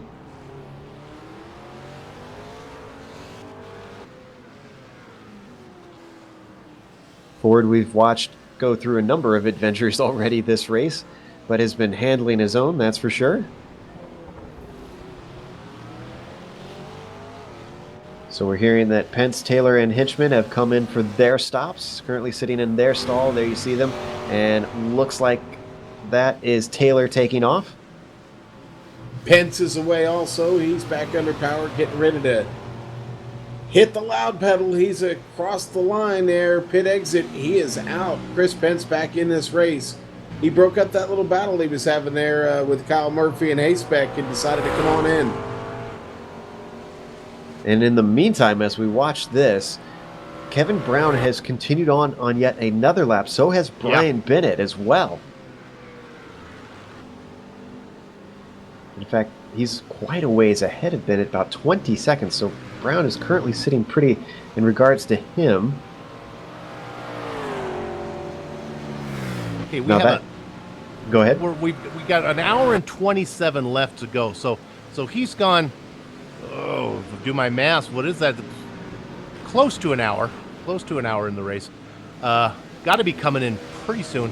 What this is going to lay out for him, and I'm going to tip this is a secret formula in winning here. He plans to go long, and then really short, stop the last one, go without tires, and see if he can do it that way. Be interesting if he can push with a light car with old tires and see how fast he can go. He's been leading a number of laps here, but he has yet to make his stop. In fact, I'm seeing actually only led 3 laps maybe. The laps are so long here, it's felt like so much more than that. Yeah, no, that's 3, but I think if you ask Kevin right now, he'd be pretty happy with where he's at. He's managed to keep the car on track through this opening stint, and that's so important. If you can just start with that opening stint without any trouble, it really sets the tone for your race. He's off to a great start. Maybe we can get our director, give a little screen time to the guy running in third. Of course, he hasn't made his pit stop yet. David Williams, we've known him. He's certainly good on the ovals. It's nice to see him here. Retired Marine, 20 years, running in third right now. He had a bit of a moment there coming through Fanyes, went a little wide. Car looked a little unstable. That's what happens when we spotlight these guys. It's they say put the camera on me. Well, It's a kiss of death when we do that. I was going to say, Richard Losber always tells us, don't put the camera on me, which of course means that we're going to put the camera on him. I don't know. Countless times, Joe, we put the camera on guy for 10 seconds, and that's the one time he spins. Here comes Brown. Such is the case. So Kevin Brown now heading into the pit lane. Brian Bennett, next car back, who has yet to pit, has a long ways to go. In fact, he's only just getting into the chicane now. Let's see if Bennett pits as well. Nope. Same thing with Williams. Williams continues on. Go ahead. I'm sorry, I was going to say I'm following Amjad Yaman. He's now up through Friary right now into Blanchimont. And this is something GSR... Oh, Brown spins in the pits. He spinned it in the loop of the pits. I don't know if it hurt it too much. He scraped the inside wall. Kevin. Wow, that was kind of unusual, actually. We're going to look at the replay. You can barely see him over the wall. There he is. That was It's like he was bizarre. driving through a jack-in-the-box and cut the corner there. Pay attention. Well, we talked about how important getting down that pit lane is and, not making any mistakes because it is such a long trip down through there. And looks like Amjad Yaman's going to take back over the lead of this race here pretty quickly as soon as these other cars in front of him come into the pits because Kevin's still sitting in there, and here comes Amjad. Right, and this is something that GSRC prides itself on, and you will not see this on like the network TVs, except Formula One. We follow these pit stops here, and here's your leader right here coming through. Yep, Yaman is now up Easily. the Kemmel Straight, and now he is up to 6th position overall. Still trying to wait for Paulson, Jabinski, Hesbeck, Bennett, and Williams to take their stops. Now, interestingly, Bennett, was it Bennett I saw that didn't have a hood on him? Yes, I'm zooming in on him right now. It's a very unaerodynamic car. There is no hood there. It's got a good number, though. I take it you were on the number 71 there, Sean. I certainly do, yes. Big fan of Brian Bennett today. You usually run it with a hood, though, I think, probably most of the time. I prefer my car with a hood, yes, thank you. That's got to be refreshing, I would think, to drive the car that way. I bet he's getting good airflow through the cockpit. Well, if only that was for real life, though. But unfortunately, it's just doing him damage and slowing him down aerodynamically at this point. No, I have an app that when the hood comes off, these fans blow actually on me on my Sin rig. It was $400. I've never got to use it, so I should probably sell it to him. Well, now he's going to be able to get one on his car because he is coming into the pits. So Bennett is in and is going to hand over the lead to David Williams. Yeah, David Williams, who's just been charging through this opening stint, he's going to keep that McLaren out there for just every last drop. We're working lap 27 now. Working lap 28. David now finds himself up in first and really at one point was all the way back there in 16th place and then just slowly worked his way up through the field and continued that battle with Hayspec and Jabinski and again, finds himself now the leader of this race. But he's going to be coming in soon, guys. That car will not stay out there. I don't think it'll stay out there for 32 laps. And it's always a risk that you have to ask yourself, are you willing to take in a long race like this? Because if you run out of fuel, it's not like, an oval, Sean, where you can just maybe coast back to the pits. You're going to come to a halt at some point unless you are right next to the pit entry. Yeah, you're stuck out there, and that's it. That's your relief. Take your tow and take your lump. So you've got to be on point with your mileage calculations. I'm sure David's put in enough practice. He's got the numbers worked out, knows what he's doing. But he finds himself in a really good position right now. Brian Bennett sits about seven seconds behind him. So. But right now, I think David is in control. Car looks good. He has managed to stay out of trouble with any damage with all the fighting he's been doing. Car's in good shape, so he's not going to really look like he needs any repair. Just needs a clean pit stop to keep it there. Now, we haven't been watching the leaders very closely, so I don't know if this is from traffic or if this is raw pace. But Amjad Yaman now only has a 9-second lead over Lamberti. Remember, it was about 10 seconds a little bit ago, probably about 5 or 6 laps ago when they came out of their pit stops. Well, Lamberti has 10-minute fresher tires, so maybe that has a lot to do with it, or little to do with it. I think Lamberti just may be actually faster than Amjad was. Again, here comes Williams into the pits. We really didn't know what Amjad Yaman had because it could have been draft related. Exactly. And here comes Hayspec into the pits, so I think our last guy will be Jubinski. And Jubinski's, I was going to say, I don't hope he doesn't stay out. That would be impressive. There you go. So with Mark Gugu Gajim, I had this line. I had a middle. Gugu Gajim Jubinski. I can't do it. Never mind. I was going to say, nice try on the Beatles reference. It's too hard to say. It doesn't work. Well, another thing from the 60s, the doctor, Mr. Amjad Yaman, is definitely coming through to retake the lead this time by. And it sounds like we got Huff on Brown a little bit farther down. This is going to be for 9th and 10th. Or no, 8th and 9th, actually. Huff is a little ways back. He's about a second back from Brown. You can stay on that battle. I'll just update you. Alan Hayspec put it in the wall in pit lanes similar to like Kevin Brown did, except on the outside wall. These guys clearly don't know how to drive through a fast food line. I wonder if what's happening, if maybe there's a small bump on that corner, and you've probably got your foot to the floor with the limiter on, and maybe when the car hits the bump, it just lifts the wheel and causes you to spin. It was the exact same place. Yeah, maybe that's what's happening. I don't know. We'll have to talk to the drivers after the race. Brian Huff, though, remember he had problems just as the leader was pitting Lamberti at that time, and spun it into the wall and is trying to make a recovery drive. So he's probably got slightly better pace than Brown. It's now down to 7/10 instead of a second. Up over the hill, trying to get himself a run. He's going to have the draft down to 6/10, down to 5/10. Huff is closing in.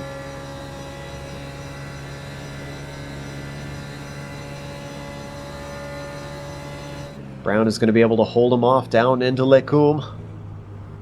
Just about holding at about half a second now. The McLaren of Brown there on your screen. The black, blue, and red car. And then we're on board with Ryan Huff. And a red, white, and blue BMW closes in down into Rivage. Getting right up in the mirrors of that car.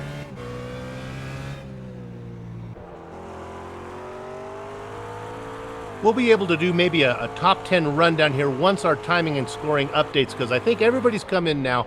Things are going to settle down. We can give the fans an idea of where everybody sits here pretty soon. Yep, I believe now that Amjad Yaman has cycled back into first, we're going to get a good feeling, although we could, let's see. No, we should have a break, a long enough break where nobody should be pitting, unless someone's doing a 3-stopper, which would be interesting. Just got to wait for Williams and Hayspec and Jubinski to cycle around once, so they'll cycle into our timing and scoring, and then we can do this here. On my screen, there we go. They have. I was going to say they've cycled through since I've got mine is live updated. Let's go through the top 10 real quick. Amjad Yaman is our leader now after the pit stops. Has done a fantastic job. Tony Lamberti, as we continue to watch this battle on screen between Brown and Huff. In fact, I think Huff might have it down into the bus stop. Is Brown going to defend? Nope, just a little bit of a look. So, Blake Reynolds holds the 3rd place, and then Brendan Hobart in 4th. Kevin Brown, who are watching, sitting in 5th, trying to hold off Ryan Huff, who's trying to make a recovery drive out of 6th. Michael Smith is just a little ways behind them in 7th, and it's Larry Ford in 8th, Ryan Otis in 9th, and Rob Gall rounds out the top 10. Now Smith, who's sitting in 7th position, remember, he made that very early pit stop. He was like the first guy to come in, and he was in that battle with Larry Ford. In fact, I'm watching Smith right now, and he loops it, spins it around, and another car behind him loops it. I swear there's oil on the track if I didn't know better. Ford loops it and Smith loops it. Unrelated incidents in the exact same spot, 2 seconds apart. Spinning in sympathy, we're going to look at the replay. In the meantime, Kevin Brown was passed by Huff, so we're on Smith now. I jinxed him again, but we were talking about Smith and Ford being in that battle, and go ahead, you can see the replay. That was Smith turning himself around, and now you can see whoa, diving across the track was Ford. It's lucky that nobody hit him, and Smith actually has a challenge from Couldn't see quite who that was. Yeah, Bennett and Gall did a really good job of avoiding Smith sitting in the middle of the track there, too. They had to make an evasive move. Those two have been battling each other here for a few laps. That was Ryan Otis, who Smith was battling with, that's still battling with right now, as Otis is all over the back of him. And that beautiful black and blue, purple, I don't know what color it is. Boy, it's fluorescent. So, Otis was in that chain earlier that we saw, that long chain where Ford and Pfeiffer and Smith were up in the front. Well, they're back together again. Now there's Otis and Smith, and Ford, of course, spun. Smith and Ford had a little discussion earlier in the race. I wonder if they can blame that on each other. There's no sticky note of approval, unfortunately. Ryan Otis is in a red and blue car, you can see on your screen there. Now, Otis is on a different pit strategy, guys, because he had trouble early. Had to bring that car in back in the early stages of the race. I think it was around lap 12 or 13. Had damage, had to get that repaired and get back out here. So Otis not on the same strategy, but still making ground through the field. After that trouble starting third, he finds himself now up in ninth place. Now, to tell you about the pace that is happening up at the front of the field, we've been following Yaman and Lamberti. There's still about 9 seconds between them, roughly. Blake Reynolds is a whole 16 seconds back from Lamberti. That is the third place car, Reynolds.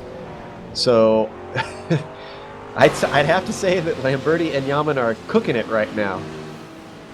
Yeah, Reynolds driving that Ford, I thought was somebody to keep an eye on. But yeah, Yaman and Lamberti are the cream of the crop so far. Now, I don't know if we mentioned it, but Huff has taken the position away from Brown. Huff now up to fifth place. Kevin Brown now in sixth, and as they head off the Kemmel and into Lacombe right now. We did make a brief mention. If there's somebody to keep an eye on, that he's 38 seconds behind Yaman. If there's somebody who can make up 38 seconds over the next hour and a half, it would be Huff, because he was flying before he had his incident. So he's somebody certainly to keep an eye on. Hobart is next on his hit list, and then he gets about 12 more seconds up to the Ford of Blake Reynolds. Meanwhile, on our screen, we're watching a battle between a number of cars here. We've got Smith at the lead of a train of Otis, Gall, and Bennett, all trying to see what they can do with this BMW up at the front of the line. You can see them just stacking up here, all nose to tail around Rovage. We got a truly train, guys. And we don't need to brake, but Jason Pitts looped his car and put it in the wall. He's back out on there. We're on board with Bennett, watching down this train down into Pouan. And Bennett being really careful. He's watching these guys. He wants to take advantage of any missed opportunities by them. He is really just taking it all in right now. That's Gall, you can see in the BMW just ahead, who is very close to Ryan Otis, but he backs out before the braking for Curva Paul Frere. Looks like nobody's really willing to try and stick their nose out in this point in case they make themselves vulnerable to the car behind.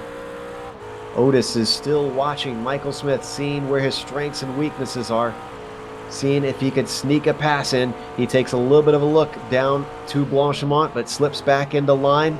Now we're on board with Otis, heading towards the chicane. Oh, and look at this behind him. We got a battle between Gall and Bennett. Bennett was trying to sneak up the outside. He tried, couldn't quite pull it off. Still, Otis closing in. Look into the inside, down into the source. Breaks early. Smith goes defensive. Otis trying the over-under, but misses the apex. And that is going to lose him lots of time now as Smith starts to streak away down the hill. And here comes Larry Ford in that GT. He is trying to get himself into the picture here as they head on to Eau Rouge. Through Radion and up the Kemmel Straight. Watch out for Larry Ford. Here he comes, guys. Actually, watch out for Bennett. He is closing in on Gall by a steep rate.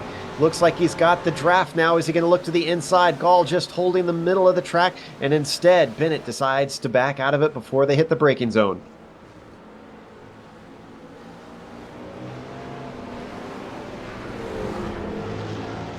So fascinating battle here happening, and this is all for 7th, 8th, 9th, and 10th between these guys, and 11th as well if you count Ford. And now look at this.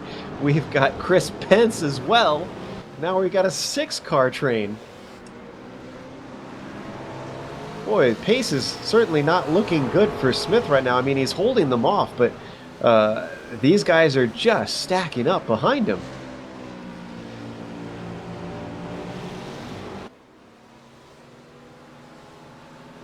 So it sounds like we're hearing that Smith is actually potentially 2 seconds slower than these guys behind him.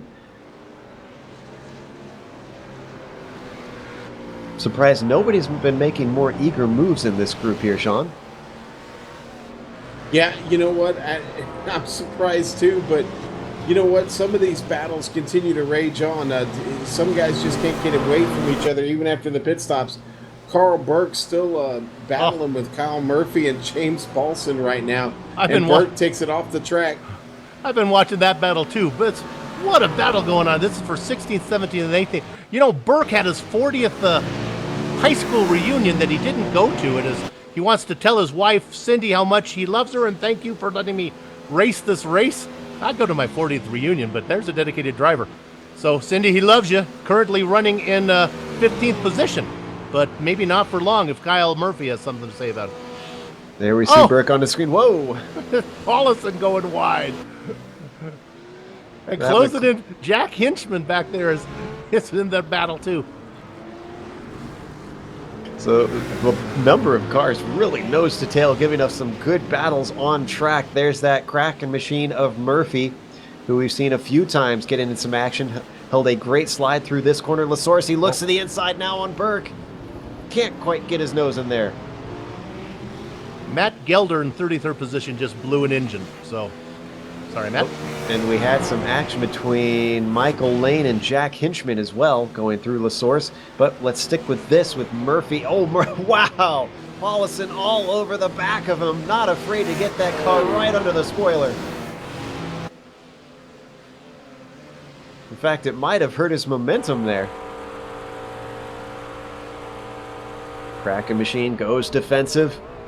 Tries to hold him off. Is this going to hurt his entry into the corner? Not too badly. Paulson just holding back, seeing what he can do. Now plunging back downhill into Rivage. They've hit the top of the course. Ears popping as the elevation gives way.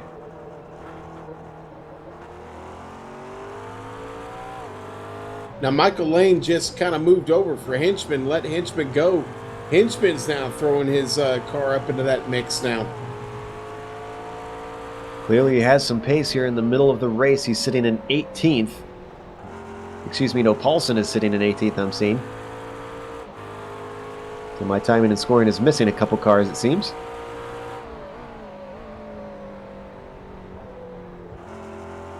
Carl Burke still leading the way though, man. He's got a strong machine and he's running, you know, he's very focused on his trip around here, and so far paid off well for him. We've seen him get offline a couple of times, but still manages to get on the power just right and avoid trouble. Let's go to Rob Gall. He's putting an attack on Ryan Otis right now. This is down to the chicane.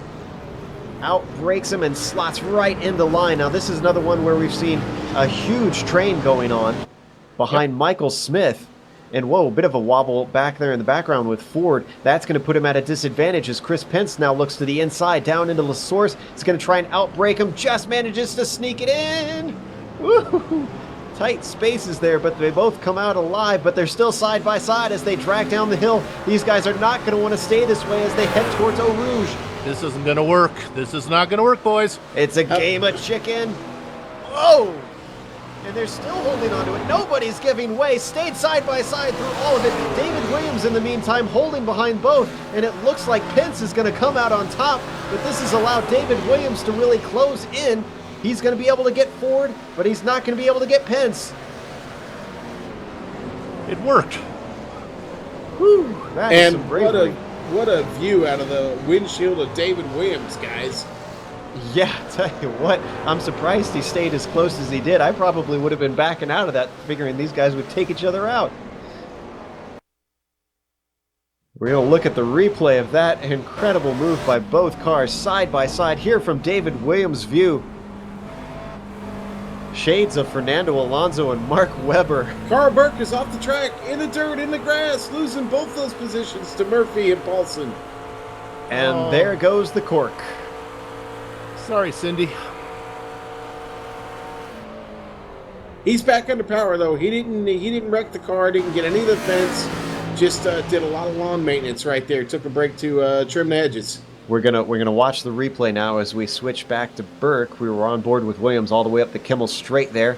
Looks like he was under attack. I'm not sure who that is. The VIP machine didn't really make a move into there. Now as we head through Lacombe, up over Malmedy, and there he goes off into the kitty litter. Just a scary moment. Brings it back on. Loses about 3 positions. Good heads up from everybody behind to just give him enough room to get back on. So, not too much damage to Carl Burke, except for maybe just a bruised ego. And we lost, see who this is here. We got off track with Brian Bennett in that battle. Went a little while. No, it wasn't Brian Bennett. It was Ryan Otis in the red and blue car. I know what car that was. Got a little loose just coming out of the chicane, going across the start-finish line. Lost some position in this crazy battle. And Smith misses an apex now.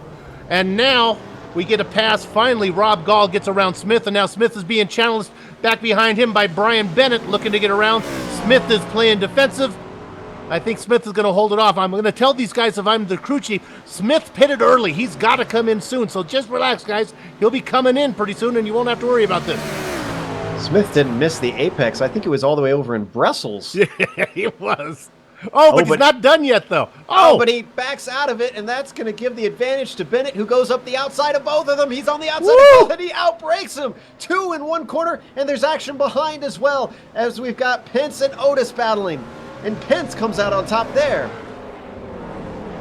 It's not over up in front. It looks like there was a bit of a challenge from Gall back on Bennett. Wow, what a move by Bennett. Smith lost momentum behind Gall, and then Bennett just flew by him. I don't think he lifted a moment. There was no hesitation. We're going to look at that replay. Coming down, there you see Bennett just duck out as soon as he saw him lift. Had the speed, and goes past both of them as we ride on board. You know, the way that Smith closed up on Gall, and the way Gall slowed down, I wonder maybe if Gall didn't miss the shift there, because Bennett just flew by him. Man, that was something. And that battle is actually still going on. We're going to watch that replay one more time. It's not super intense right now, but Gall did close back up on Bennett. He wants that spot back. I think he caught Gall by complete surprise, and now he's thinking, I want that back. Wait, that was my spot. And Bennett just seems to be doing all the right, making all the right moves right now. Car looks good, and as they head here into the chicane, let's see here. Is this going to be a time for a move by Gall? He's too far back this time. We're riding on board with Bennett, just looking over the roof. Oh, wow, big mistake from Gall. Huge wobble, and that's going to allow Smith to get right up on the back of him. Smith is also closely followed by Chris Pence down into Lesorth. Smith looking excellent on the brakes. This time he makes the apex. And talk about Chris Pence, a guy not giving up during this race. Pence started 24th, finds himself in 10th right now. And just has been charging hard, been involved in several battles throughout this race, and again, in the top 10 right now. Hey guys, something we want to cover here, because I've been watching it. We talked about Huff, and he's made up this 2-second difference on Hobart. It's not going to be long before Huff makes a pass here, and not far behind him is Kevin Brown trying to stay with him. But Huff is on a mission. Sorry, Michael Smith having to take a slow down there, and he let Pence go right on by him, but he got penalized there coming through Radion. That's that slowdown that we talked about earlier, Sean, just being absolutely punishing around here, because the Kimmel Straight is all about speed all the way up that hill, carrying the momentum, and if you cut the corner, you're in serious trouble. Yeah, and he did there, got the car all the way off, and they penalized him for it, and he loses 2 positions there for that. Let's jump back to Ryan Huff now, only 3 tenths behind Hobart. This is for 4th position, And remember, Huff had a spin right before his first pit stop, just as he was about to inherit the lead. So he is effectively on a recovery drive. It will not be long. Huff has really been running him down. About 0.2 a lap here. And Huff Well, looks very steady under braking. Catching him again is easy. Passing him is a little harder, but Just giving the apex a miss, going around La Source. Doesn't hurt him too badly as they plunge down the hill. now these guys are running 34 seconds behind our leader. The lead, Yaman has picked it up a little bit, opened it up to 11.5 seconds on Lamberti. Reynolds is still holding pace at 24 back, so Reynolds has been able to keep pace with Yaman. And Huff had a fantastic run. Yeah, here it Let's comes. jump back to Huff once more. Taking a look. He's a little far Oh. back. Yep, he Oh. decided it wasn't quite secure enough. I think Huff, after that mistake, is thinking safety here.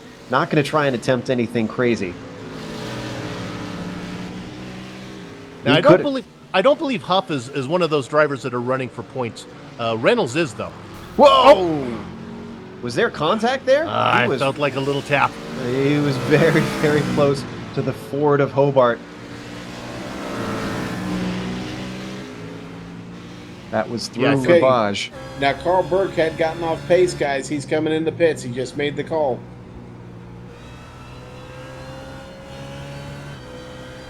So, Burke heading in. One of our first cars to head in for a second stop. We've got 60 minutes left, so obviously he's playing a reverse strategy.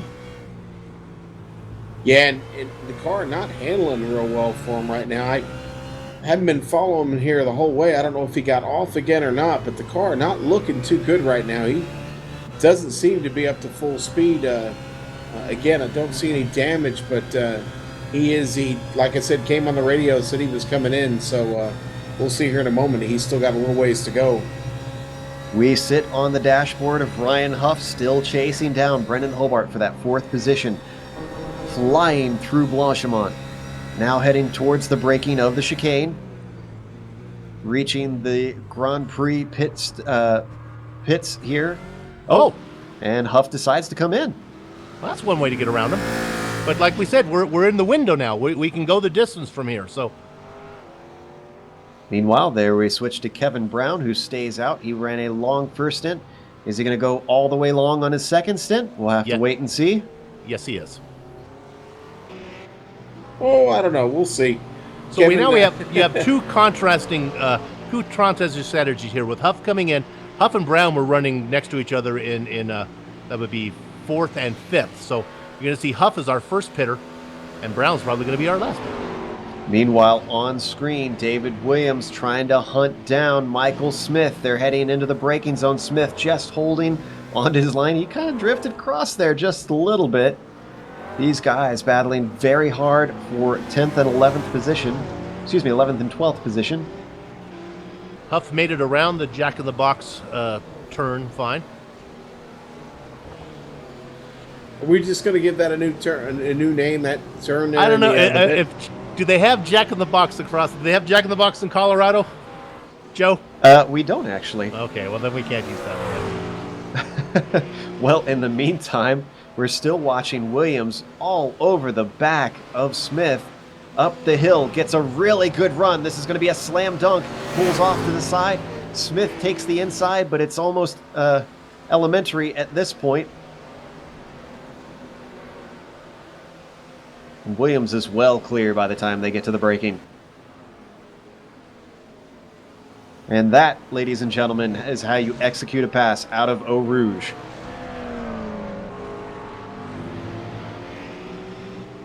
So with Williams now up into... Oh, now we're seeing him in 10th. So now my timing and scoring is matching what you're seeing on screen.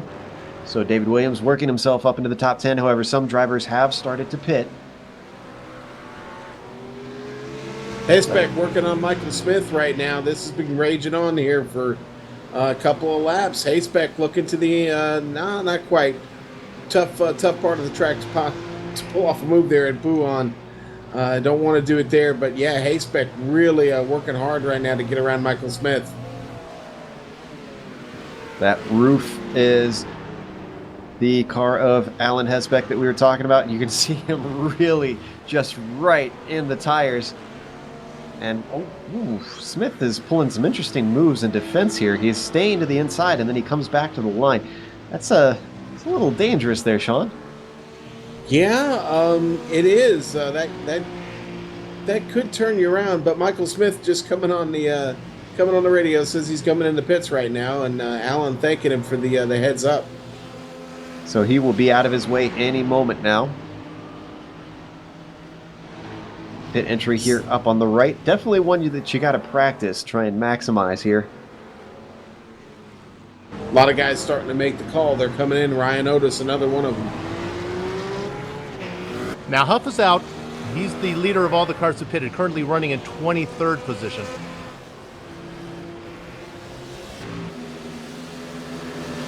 Also, for those wondering, Amjad Yaman is still our overall leader. And my timing and scoring doesn't look like it's quite correct here, because I think he's... You're right, Joe, but what's interesting about Yaman is he's putting distance between him and Lamberti, but Blake Reynolds in the Ford has been able to knock off a couple seconds now. It was up to 25 seconds. Reynolds has it almost under 23. So, with an hour left to go, 23 seconds is a long way, but he's got the pace. Meanwhile, we're watching a great battle here. We've got Ryan Huff on screen. Oh, yeah, those guys, they got to get out of the way. Huff's in a hurry. And this is not exactly for position. They're off strategy, but he just went by Fraser Marshall, held him up a little bit through La Source, and he's trying to chase down Sam Boren now. And just absolutely leaves Marshall in the dust, heading up a Rouge. Man, what a run there by Huff. That was a pretty smooth trip through, even with the traffic. Yeah, here comes Sam Bourne is next. Guys, this guy's going somewhere. We got to let him through. Oh, and he's getting held up. He's got to make quick work if he wants to make this strategy effective. Again, Bourne really has no way to know that Huff has had 2 pit stops, other than the fact that he's driving like a maniac behind him.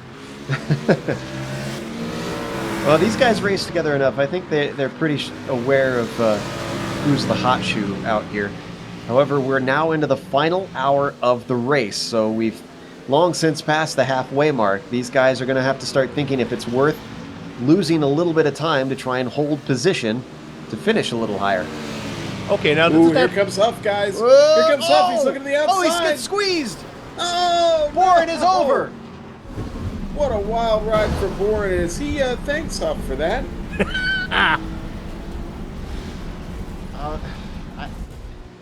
I don't know that Boren kind of moved across the track there, so it's either driver could have taken a little bit of fault.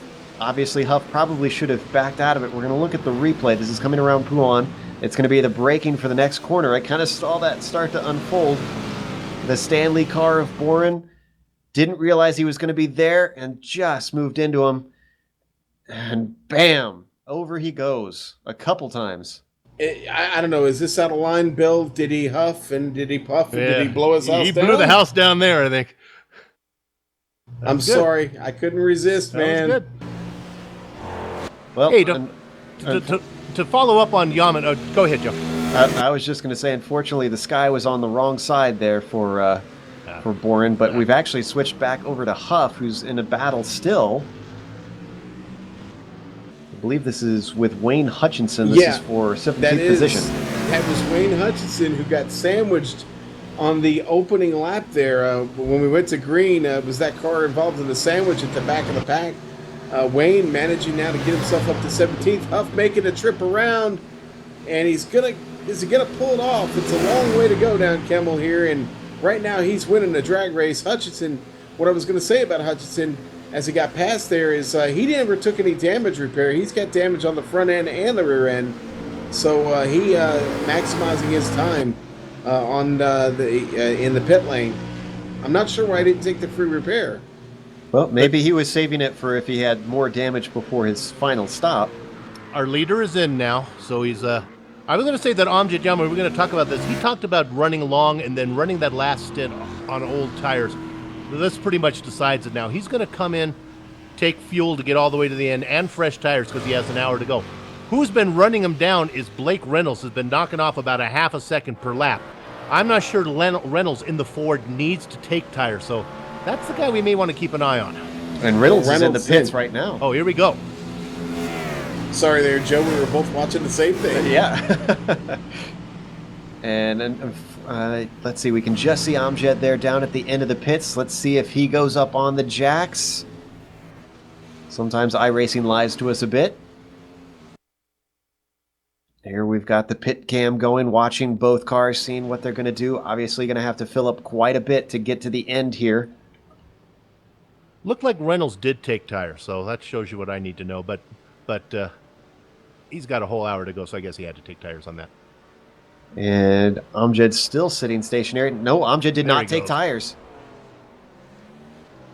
So Amjad is going to try to run almost 2 hours on these tires. Lamberti having to deal with Fleischle right now. Fleischle charging hard, wanting to fight with Lamberti right now. Fleischle sitting there in 22nd spot. And remember, Fleischle had a problem on lap 1 coming up through Eau Rouge. So we talk about a recovery drive. This is definitely a recovery drive for him. As we watch Lamberti, our current leader, yet to take his second stop, continues on. That'll be the real key. See where he comes out in accordance with Amjad Yaman. Last time Amjad won out of the pits. Gained about 10 seconds on him. We don't know if that was a short stop for Yaman, though. You know, McLaren seem to be getting really good gas mileage here today. They certainly seem to. And these guys do have the ability to map these cars, the map their fuel usage. So I wonder if some of the McLarens are just turning it down just a little bit to save on that. We were talking to Amjad Yaman before the race about pit strategy, and we call him the doctor because he's so good at it. He actually gave us an Excel spreadsheet with his plans for what he wants to do for pit mileage. He's the professor. Absolutely. And a little tidbit for you, I deemed him the doctor because you can't call him the professor because that's Alain Prost. There you go. So that's why he is the doctor instead. Man, he's something else, and he's got it now. Now it looks like Reynolds is the guy who's behind him. It looks like Reynolds has come out ahead of Huff. Right now, we're riding on board with Michael Lane sitting in 12th. He's chasing down Mark Jubinski. This is about half a second between these guys. Just a little bit ahead. They got a little bit of battle. You can see just flashes of on your screen. That's between Hinchman and Paulson.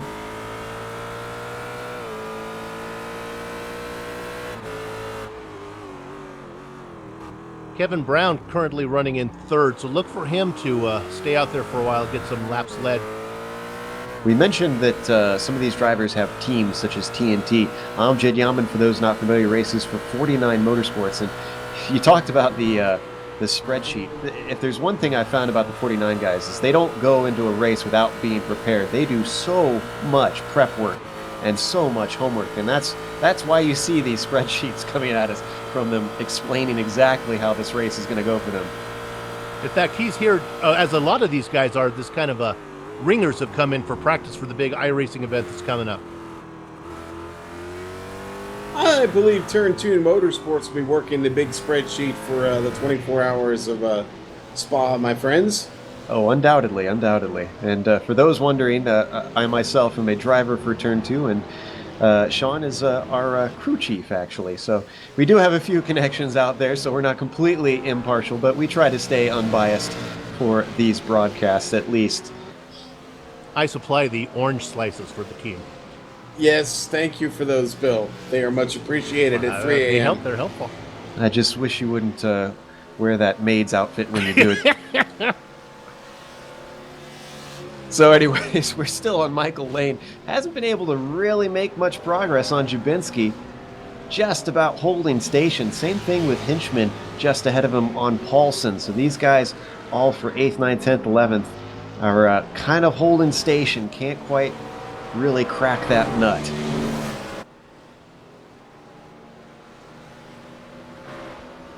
I got to tell you, I'm going to take my hat off to Chris Pence. He, right now, seems to be our biggest mover in the race. I mean, he did start 24th. He's in 5th. Now, he hasn't gone in for a second stop yet. I don't believe he has. But, man, he's been solid throughout the race, been involved in a lot of battles. And, I can confirm he hasn't been in yet. He'll be coming in soon here, like the rest of the McLarens that are still out here. But, really, to pull off a top 5 right now when he was mired back there in the thick of it back in the 20 back through 30, I was worried about him, but he has done a really solid job of coming up through the field. Now, I'm keeping half an eye on Amjad Yaman to see if he's going to run into any traffic. Right now, he's been kind of by himself. Just a little bit up the roads, he's got David Williams.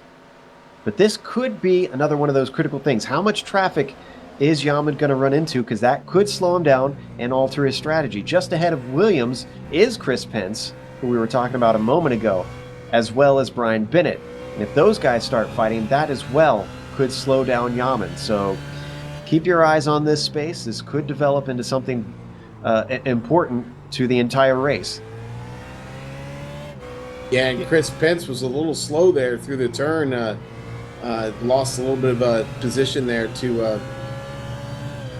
I'm sorry to Chris Pence. We ride on board with Yaman, and apparently he just set the fastest lap last lap. And I'm assuming that's of the entire field. Yeah, he has about 27 seconds back to Blake Reynolds, who is virtually in second place. It was 22 before the pit stop. And there he goes on the inside of Williams. I was starting to wonder if he was being held up, and this is going to slow him down just a little bit, but very decisive move down into Curva Paul Frere. You say decisive, I say aggressive. Yeah, easy for me to say. But yeah, Amjad pulling that move off really quick, making short order of it. And now he's working on Pence. And that's one of the features that we've come to know about Yaman, is that even though he's a calculating driver, he's very smart. He knows how to race with other people. He's not just someone that sits here and does it through the pits. When the time comes, he can go door to door. Pence just goes off there for his pit stop right in front of Yaman. Yep, we saw that. And Williams trying to come back down at the source, decides better of it. If I was Williams, I'd try to hold on to the back of Yaman at this rate, just try and ride his coattails to the end of the track, the end of the race. Amjad Yaman is my 92-year-old mother-in-law's favorite driver. She can't remember his name. She calls him Ramjet. I know who you're talking about. I know Mama Jean. I know who you're talking about. But Amjad breaks her heart more often. And here's a pass. Look at this. Is that Hayspec going to get around? No, that's Williams trying to go back around the outside, like I was saying. And he's going to try and hold on to it. Amjad, this doesn't seem wise. Oh, I was going to say, this is not the fight that you want to fight here. Gonna break my 92-year mother-in-law's heart again, Amjad. Let him go. Well, if he's slower than him, he really doesn't want to let him go, because that's going to hurt his chances of winning this race. He's got to stay ahead of him and then try and break the draft at this point. If I was Amjad, I'd maybe even try and get on the radio and say, hey, this is for the race win. Don't fight me, please. But Williams has a pit stop to make. Well, he doesn't have to make that pit stop for quite a while, so you never know. Ugh. It looks like he's finally got away from him a little. Mama Jean, turn it off. Go make a martini. This isn't good for your heart, sweetheart. Oh. Yeah, he's broken away just a little bit. He's got about half a second. Okay. The draft could pull him back in. We got big news here. Our leader is in. He was 1 minute and 15 seconds ahead. I don't know the bogey time. Seems like 1 minute and 15 seconds is so long he should be able to get in and out. But this pit lane is so far around. He's made it around the Jackson-in-the-Box peril turn, so now everything looks good. Our leader still hasn't found his pit stall yet. He should be all the way at the front with his... He was on pole, wasn't he? There he goes. He's getting there. That's so slow here. He's there now. Yeah, he has the longest trip in, obviously. And Amjad's just going through the chicane now, so unless he can get really good service and use the power fueler, I think he's going to lose the lead. Yeah, looks like that delta's about a minute and 23 seconds, Bill. Lamberti still in his stall, still stationary. And there goes the Texan driver past the start-finish line and is going to reclaim the lead. And actually, it is not really the lead, the virtual lead. Yep, this bumps him up to third place. He still has Brian Bennett and Kevin Brown ahead, yet to pit, and Brown has said before the race he plans to go very long. Lamberti now is moving. He's out of the pits. Quite a gap between them. Meanwhile, Yaman trying to work his way past lap traffic. He was even trying to just get a whiff of that draft to help get him that little bit more speed and get away from Williams. Williams has not been able to make an attack this time by, but now he has Brian Bennett just in front of him. But it's almost a bit of a moot point at this point because how much does he have between Yaman and Lamberti? It is quite a few seconds, definitely more than it was when they both were before their second stop. Now, I apologize to the Ryan Huff fans. You know, we've been keeping an eye on him. He's trying to make it up from his mistake. He's actually gotten around Blake Reynolds for the academic third position, I guess you're going to call it there. Reynolds is going to be in fourth after these pit stops cycle through. My apologies to Kevin Brown, who's yet to make that stop, but I just don't see him staying up there, but we'll see. Yaman making that move, guys. Finally getting around Brian Bennett there. Yep, this moves him up into second place. And he's not going to be catching Kevin Brown, though, to take first before the next pit stop for Brown, because it's about 41 seconds up to him. And already Yaman is leaving Bennett in the dust. Meanwhile, we look at Ryan Huff, who's currently scored in ninth. But I believe Huff has taken both his stops so far. Is that correct? Yes, Huff is done. Yaman's done, Huff is done, and Lamberti's done. Lamberti is done. And the driver in the Porsche, Blake Reynolds, is done. So I believe those are really 1, 2, 3, 4 that we just went through when all things sort out. Boy, if Huff can get back on the podium, that is quite a drive to come back from. Kevin Brown going to have to worry about Ryan Otis right behind him. Otis all in Kevin's mirror right now. We know Otis is fast, and he's making his way. Looks like he's going to try and make a move. And this is not quite for position. Otis is a lapped car, I believe, because I'm not seeing him on time and in scoring behind him. No. Well, he's done with the stops, I believe. So Brown's out there in no man's land. Yeah, Otis had trouble early and is a lap down, but he's talking to Kevin right now. I can't hear what he's saying. So it sounds like he was asking him to just let him by.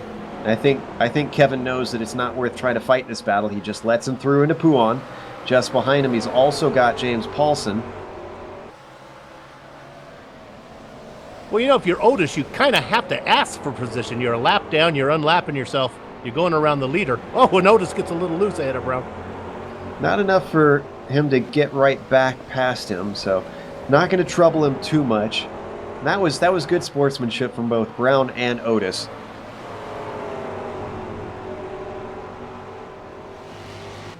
We've got 37 minutes left on the clock now. Because you got to remember, Otis is in a battle with Paulson back there for 18th. I mean, that's Brown's sitting between them right now, but that's a battle for 17th. So even more reason for him to want to let him by if he was holding him up. Now they come up to the braking zone of the chicane.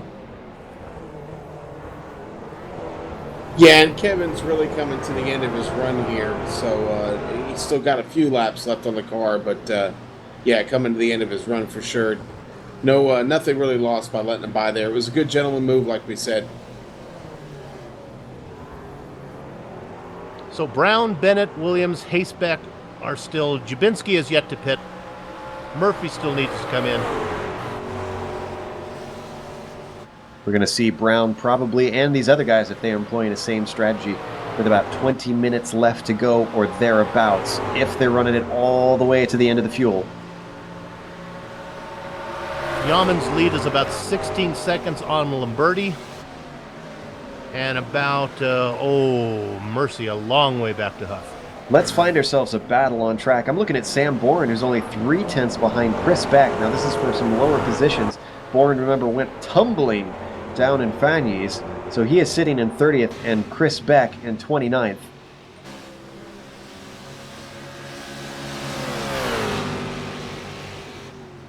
this point, Boren probably just trying to salvage some sort of semblance of points as he gets right up on the back of Chris Beck. We ride on board with Boren now.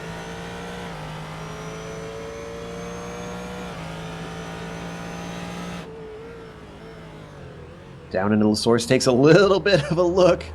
There's no space in there for Sam Boren, though. He's going to still have to stay in third position. In fact, lose ground with a bad exit. Are those a pair of Fords, Joe? Are they both in Fords? They're both in Fords. And Chris Beck is actually getting on the radio apologizing, saying he didn't mean to chop down on him. And actually, he just got on the radio, told him to go by. He's going to let him on the outside. There we hop outside of the car, and you can see it's a clean move. So now Boren is up into, well, I'm seeing 28th now, so he must have passed somebody by in the pits potentially there. I'm going roof hunting. I'm going to find the fastest roof I can find out there right now. Well, while you're doing that, I found another battle. Wayne Hutchinson very close behind Mike Taylor for 24th and 25th. And Kevin Brown is off. Kevin Brown is in for his pit stop, guys. So this is going to hand the lead over to Amjad Yaman potentially one last time. Meanwhile, we're looking at Mike Taylor and that Momo roof. Hey, you found one. Nice classic scheme on that car. Chased down by Wayne Hutchinson, who at first I thought this was a Days of Thunder scheme that he had on his BMW, but I'm not quite sure of that here now.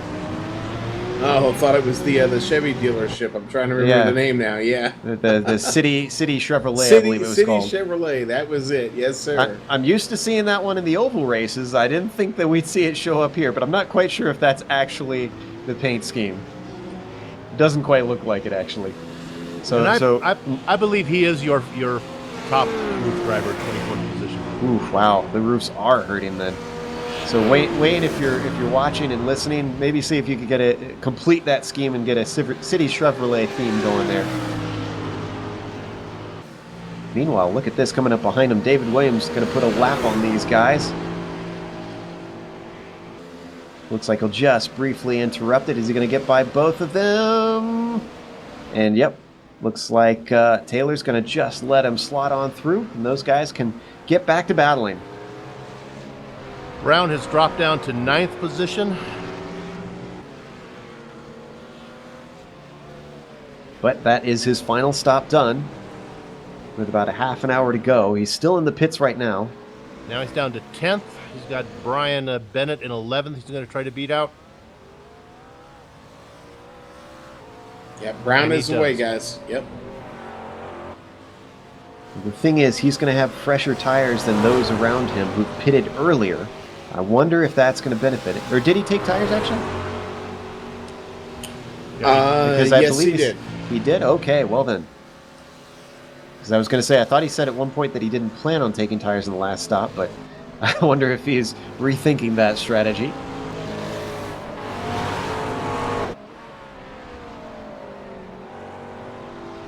Sounds like Lamberti has now moved himself up into third. He's overtaken Hesbeck. Now, was that through strategy, or was that? I think Williams and Hesbeck are still need a pit stop in them. Williams is currently running in second position. No, Lamberti has definitely stopped. No, Hesbeck needs to pit. Hesbeck. Oh, that's right. You're talking about Williams and Hesbeck. There we go.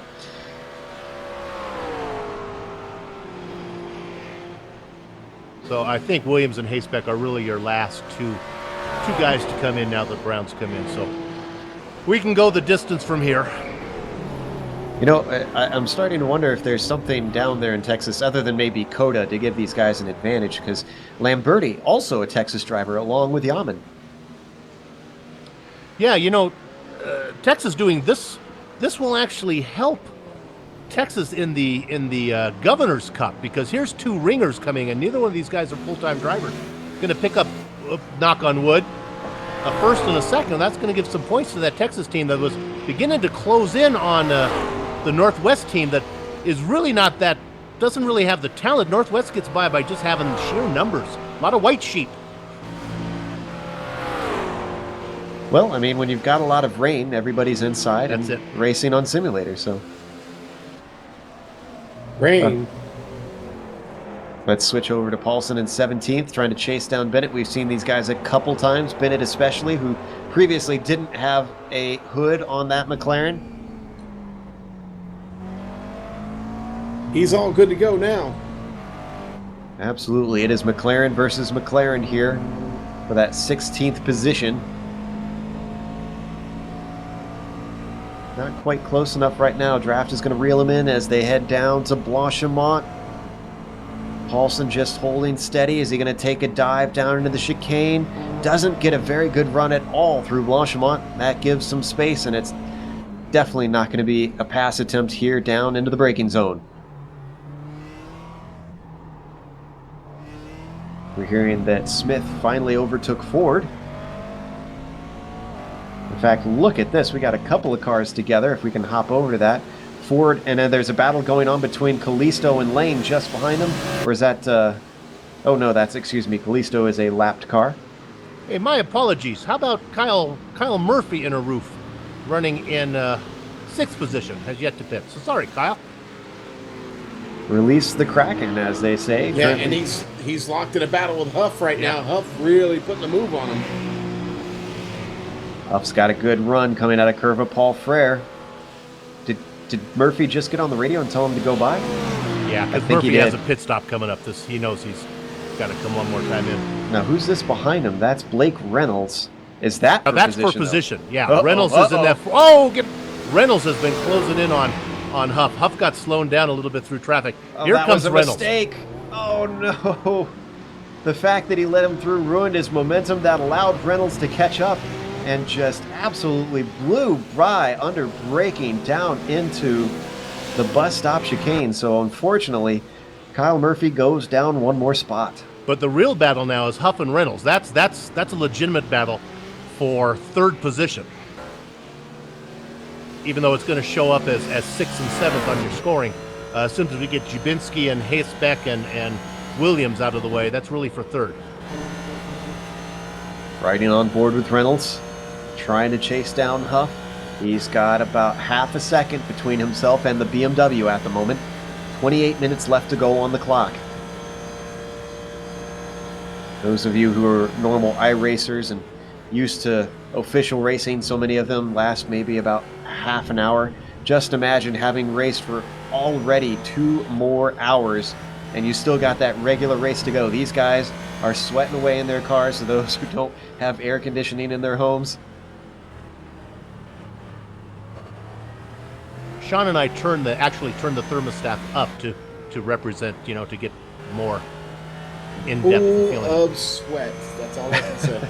Well, I used to have my racing rig upstairs in my bedroom back in my last house, and we didn't have AC up there. It got pretty hot. Middle of an Ohio summer, let me tell you. And driving all night, hands wet on the wheel. A little radar love there for you. There you go, baby. This is a good battle here between Huff and Reynolds. Reynolds doesn't seem to be able to close at the moment, though. It doesn't look like there's any place that he's really all that stronger than Huff. Well, what may make him stronger is he's coming up on Jubinski here in a second. And that's it's going to be for position, but Jubinski's going to be considerably slower.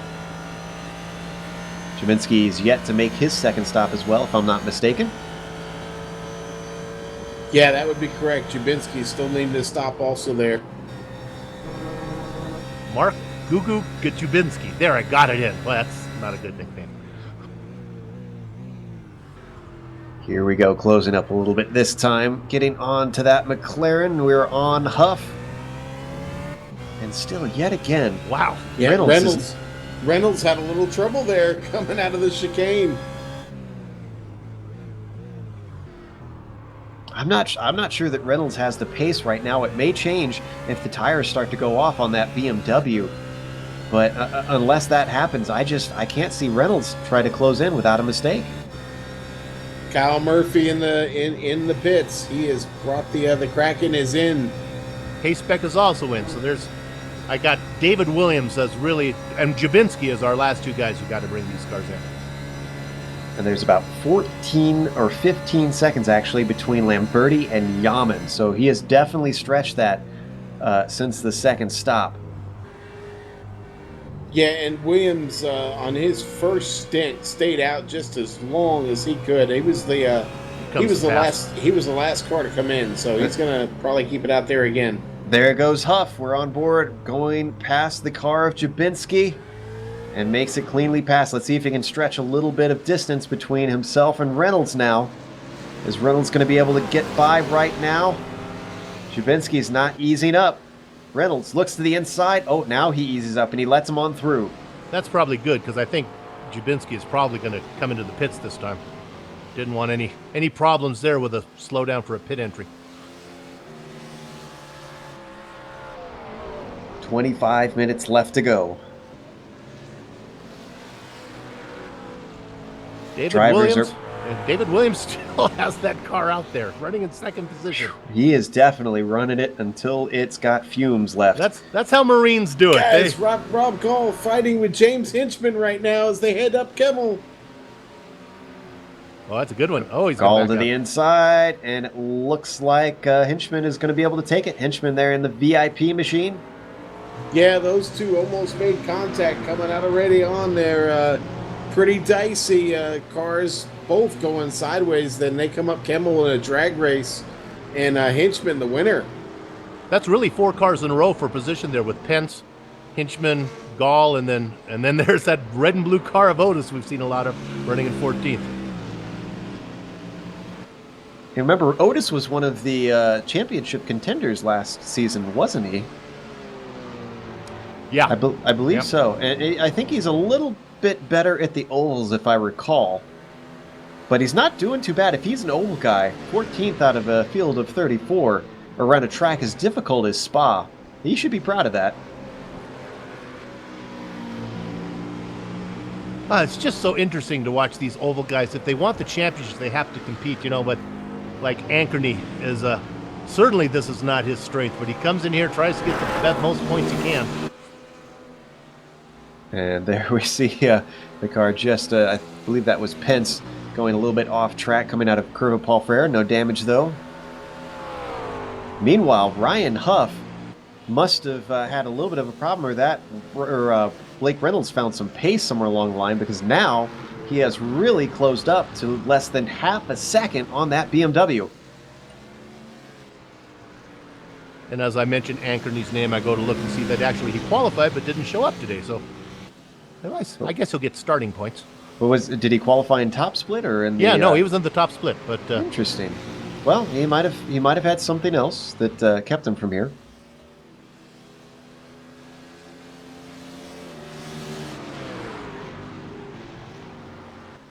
So we're still watching Huff being threatened. Oh, and he goes a little bit wide through the first part of Fanny's. That's going to open up an opportunity for Reynolds. Reynolds looking to the outside as Huff goes defensive. Now it's starting to kick off. This is good, I think. Just gets chopped off at the nose, takes the air away from him. He loses a little bit of ground. That's 4th and 5th right now on your screen, but really it's a podium position. And here he comes, Joe. Oh, get that Ford. Does the Ford have the horsepower to get there? Not this time. Oh, yes. Oh, here it is. Look at that. A bobble out of Blanchimont is going to give Reynolds a chance. He's to the outside, down into the braking of the bus stop. Still side by side. They switch back, and Reynolds is going to have the inside. Can he get on the power? He does. Just forces him off the track. Huff is still to the inside. He's going to have a chance down into La Source. Starting to lose ground as Reynolds had the better drag out of the corner. Tries to outbrake him. He's got the inside of La Source. Still side by side. Nobody giving an inch. Once again, the momentum going to Reynolds. Trying to sneak ahead so that they can get single file. There he goes, back to the racing line before they get to Eau Rouge. Great racing from both drivers. Nobody giving an inch. Just a little bit of a tap on the back of Eau Rouge. Can he get the draft? Can he get the momentum? Huff wants the position back. He is right on top of him. Pushing him down the straight, bump drafting. Now he pulls out. Reynolds to the inside, still defending, down into Lacoombs. Can he outbrake him? If he can hold the outside, he can get the spot back, and no! Now Reynolds has it. Nice defensive line by Reynolds. Excellent driving from both drivers there. Wow, they were side by side for about 3 corners. This is after 2 hours of racing. Yeah. Yeah, well, this is it. It's all coming down to the last just under 20 minutes to go here. And hey, listen, it's time to go. If you haven't been going yet, now is the time. It's, the strategy plays out here, guys. I was just watching a battle here with Brendan Hobart. He trying to stay in the top 10 right now, and he had to get around the machine of Sam Bourne, 2 Ford GTs just slugging it out there. And well, Hobart wins that battle. He is still holding strong in 7th place. And David, go ahead. Whoa, is that Otis spinning? That was Otis. Let's go to the replay of that. That was up Eau Rouge. Everybody kept a really cool head on that one. I just glanced over at our screen here. Here we can see the replay side by side through La Source, just like we saw in our previous battle before with Reynolds and Huff. Almost coming to blows there, door to door. Do they try and go through side by side? What happens here? Yes, they try to. Oh, and just lose it. Wow, inches between them. Full 360 from Otis, and he keeps it going. Nobody making contact. Woo! Otis with the Danny Sullivan Award there. Look at that. Wow, just absolutely no space between himself and I'm trying to remember who the driver was in the VIP car. That was Hinchman. Oh my goodness. Otis, I hope you have your brown pants on. Meanwhile, David Williams keeps it out for another lap here as we have less than 20 minutes to go. He's like the guy who never cashes your check and you can't balance your checkbook. You're driving me crazy, David. You're sitting up there in 2nd place. Cash the check so I can get a total here. He's still running in 2nd, about 4 seconds ahead of Lamberti. He's been really consistent, though. I mean, he's turning great laps. Well, right now it's looking like 14 seconds still between Lamberti and Yaman from what I'm adding up, if my math is good, and yep. I wouldn't put money on that, but... Really, it's Reynolds and Huff is the real battle for that final shortest podium position. Huff staying with him, even though Reynolds has gotten around him.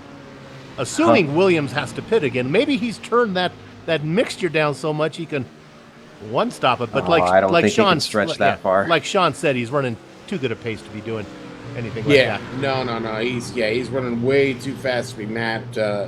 Right now, he is... he's 24 laps into this run. Paulson was having some words with someone. I didn't quite catch who it was. So if Huff is aware that Williams has yet to pit, that's going to be some extra incentive, I'm sure. He's going to want to get back up there, get himself a nice podium finish, steal it back from Reynolds. And it's looking just like it was like before when Reynolds was trying to chase him, holding steady but cannot close. Yeah, he just can't seem to close on Reynolds. And of course, that GT40 got the straight line speed that he needs to keep that distance. But Huff just not taking it in quite deep enough, to be honest, to get it done. Brett Trozen came in the pits right in front of them. Somebody check Williams' car for an extra gas tank in there or something. He's still going. This is not a track you want to run out of gas on. Absolutely not. I guess there is no real track. I guess one that's always downhill. And what did we say the bogey time was for a pit stop here? It's about 1:23 or so. Trying to figure out, is he battling for a top 10 potentially here, Williams? I'm trying to figure out where he's going to come out once he pits. I think it would put him right back there with Fleischle or Hasebeck. Yeah, right. Probably ahead of Hasebeck. Oh, wow. Is Fleischle in the top 10 now? Well, Fleischle, is running 9th, 1:20 back. So I think Williams will slot out probably between Brown and Fleischle, put Fleischle in 10th, Brown in 8th. Wow, Williams in 9th, yeah. Should we have been watching Fleischle, or is he not taking his second stop yet? No, he hasn't taken his second stop yet. In okay, fact, I was going to say. He's 26 laps into his run. I was impressed if he was able to get back to a top 10 after his lap 1 accident. Meanwhile, we're still on board with Huff, very close behind Reynolds, and whoa, he closes quite a bit on that corner. He This took is it down deep into that time. Fanges. Yeah. Ford versus BMW.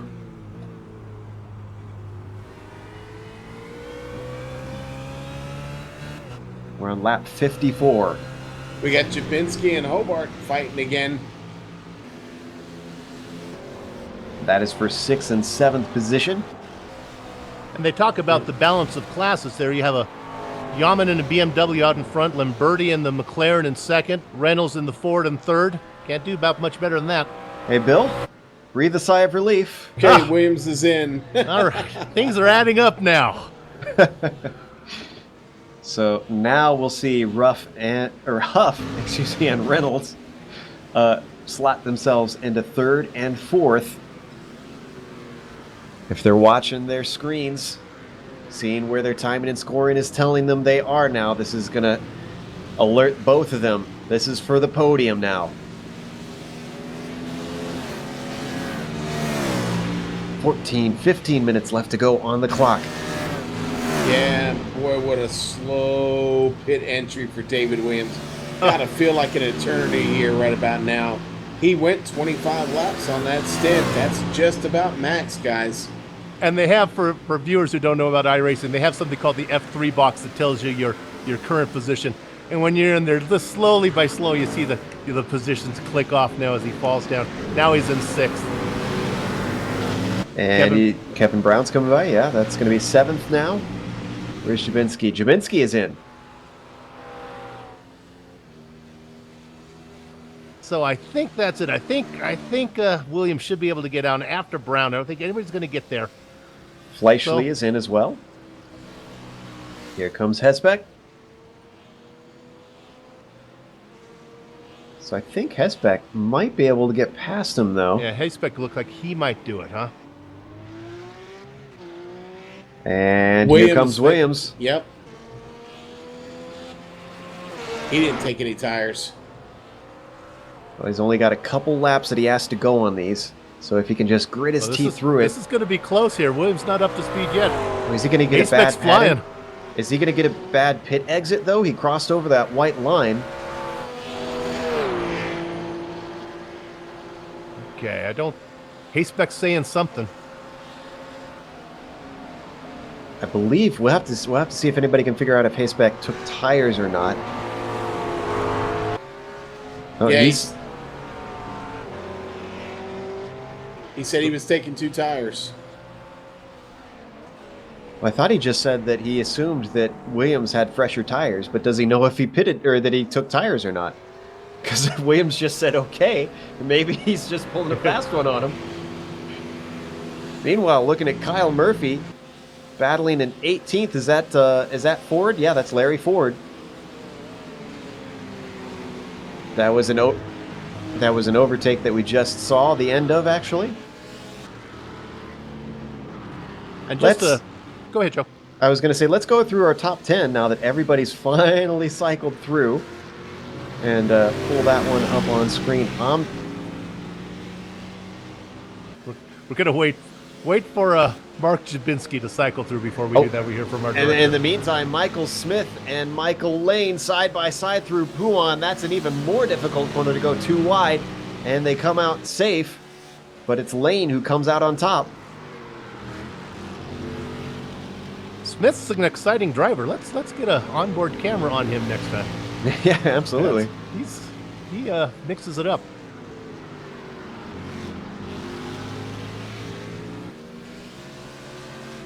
Lots of little battles going on. They have spread out all over Spa, and I guess the only real important one left is the one at the front of the field. Amjad Yaman just stranglehold on the field right now. He's up to almost 15 seconds out in front of Tony Lamberti. Yeah, well, when we run through the top 10, we'll highlight some of these. But William and Hayspec are in a nice little battle for 7th, and Reynolds and Huff are in that battle for 3rd. Indeed. I think they've all come by at this point. So let's pull up our graphic on the screen. Amjad Yaman is currently in the lead. Tony Lamberti, 15 seconds in arrears, is in second, has not been able to touch Yaman. So apparently it's become clear at this point that Yaman was waiting patiently in the first stint. Blake Reynolds done a fantastic job all the way up into third, and he started in ninth, so he's gained a number of positions. And Ryan Huff, you have to wonder what could have been if not for that mistake just before his first pit stop. He is sitting in fourth, Bill. Yeah, and Brandon Hobart, a quiet fifth position there, really hasn't mixed it up too much. Kevin Brown, after that long run, going to sort through in sixth spot in that McLaren. I think he's going to probably be pleased with that run, although he's never shows too much pleasure in his run. We'll see what he has to say, maybe. David Williams, finally, my checkbook is balancing up, and he sorts out in seventh position, but he's not done yet. He's in a battle with Hasebeck in that roof, running in eighth there. And then rounding out the top 10 is Pence and Mark Jubinski. And we got an accident. That's Jack just Hinchman, behind them, who ran into Brett Trocine. That was a lapped car who lost it in front of him. You can see Hinchman with significant damage. Now, is he fighting? Yes, he's fighting with Ryan Otis, actually. So that is not going to help him one bit. He's got it all dented in. Now we're going to look at the replay here. Trocine lost him, then came right across his nose. Just caught that out of the corner of my eye. Are you going to see Hinchman? And it looks like, yeah, that Pennzoil car had gone way wide and started to lose it. One of the perils of letting yourself get a little bit too far out in that paved runoff. Trocine wanted to shout out to his wife Lucy and his little girl Sam, who's going to start to race in iRacing. Sam, don't do that. Don't do what Daddy just did, okay? And it looks like we saw another replay from inside Jack Hinchman's car. It looks like that Trocine just clipped a little bit of the dirt. But hey guys, Otis making a move on Hinchman right now as they're coming down on the source. He's going to try it around the outside. Hinchman holding on, and it looks like Otis just ran a little too wide. But now we're going to really see the deficiencies in Hinchman's aerodynamics on that BMW as they head up the hill through Eau Rouge. And when they come over the top, he's probably just going to drop like a rock. Well, you never. Sometimes it's a kind beast, and sometimes it's a cruel beast. I think he's closing pretty quick. I think it's going to be pretty cruel. See you later. There goes Otis to the inside. Oh, and he backs out of it. I wonder if he knows he has damage, and Otis is just waiting for a solid pass here. Well, Sean, it happened right in front of Otis's windscreen, so I'm sure he knows it. So it's just a matter of when he wants to do it. Yeah, I think you're right. He can't wait too long because right behind them is Rob Gall. So if he slowed up too much, Gall's going to be able to get in this mix too. Well, and you're running out of time here. Yeah, I mean, the clock is ticking, guys. Only 7.5 minutes left currently. We are on board with Otis. Riding on the roof, loses a little bit of ground. Coming through Pouan, but he's going to get a much better exit. This could give him a chance at a Fany's. No, just not close enough.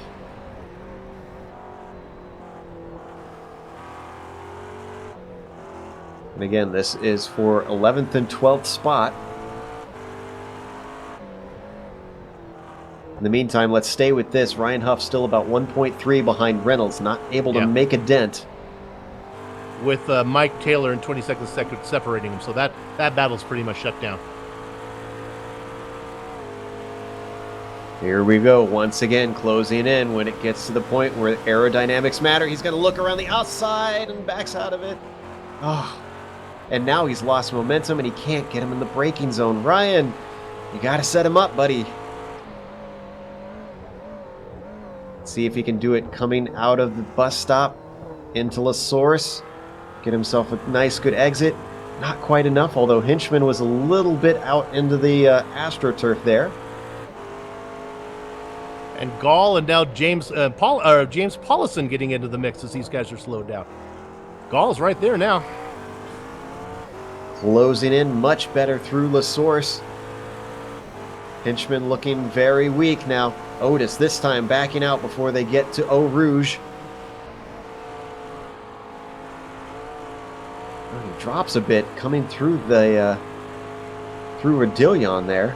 And he's going to close up once again, but I think it's going to be a repeat of last time.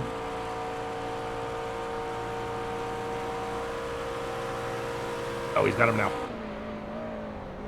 Makes it look easy. This time, he's through.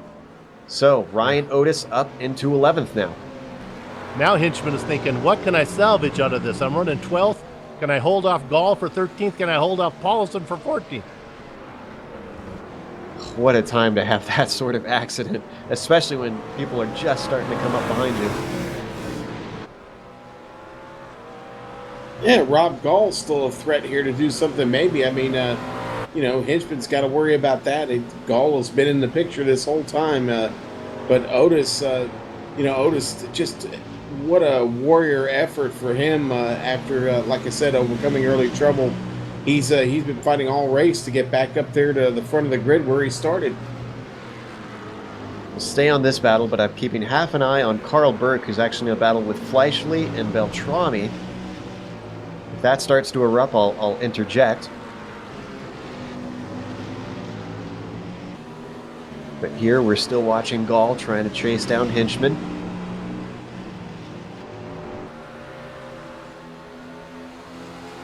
Now you're looking at that. Beltrami running in 19th position, Burke in 20th, and oh, and Burke has a run. Here he goes. Burke's going for it. Looks to the inside into Fagnes. It's going to switch back, though. He's going to have to really carry his momentum, and he does it with ease. And now Fleischle is going to try to get in on this action. This is still for position. Fleischle looks to the inside, but he's not close enough.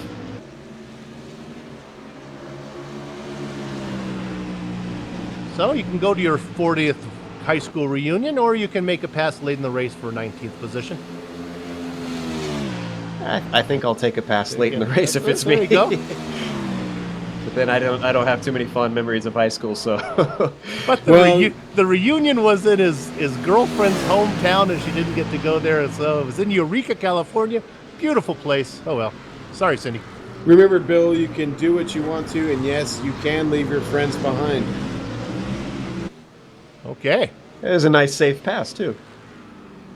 Actually, I did some studying. I went in and Zeno, the Greek philosopher and race commentator from 5th century BC, said, you know, you can never really make a pass because before you get to where a guy is, you have to go halfway first. So you never actually make the pass. So actually, this is all academic.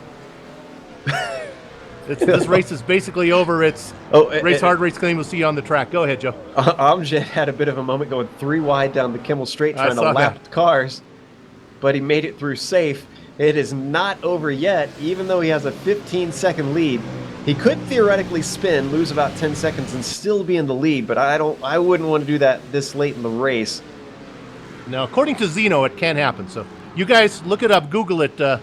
It's Achilles and the tortoise. Check it out. Bill, always the educational one on our broadcast. But I'm sure he couldn't really teach Amjad too much today because he has been schooling everybody out here. 2 minutes left on the clock. 16-second lead now. He is just going to have to cruise to the end, not make any mistakes, and he has got this week's checkered flag in his hand.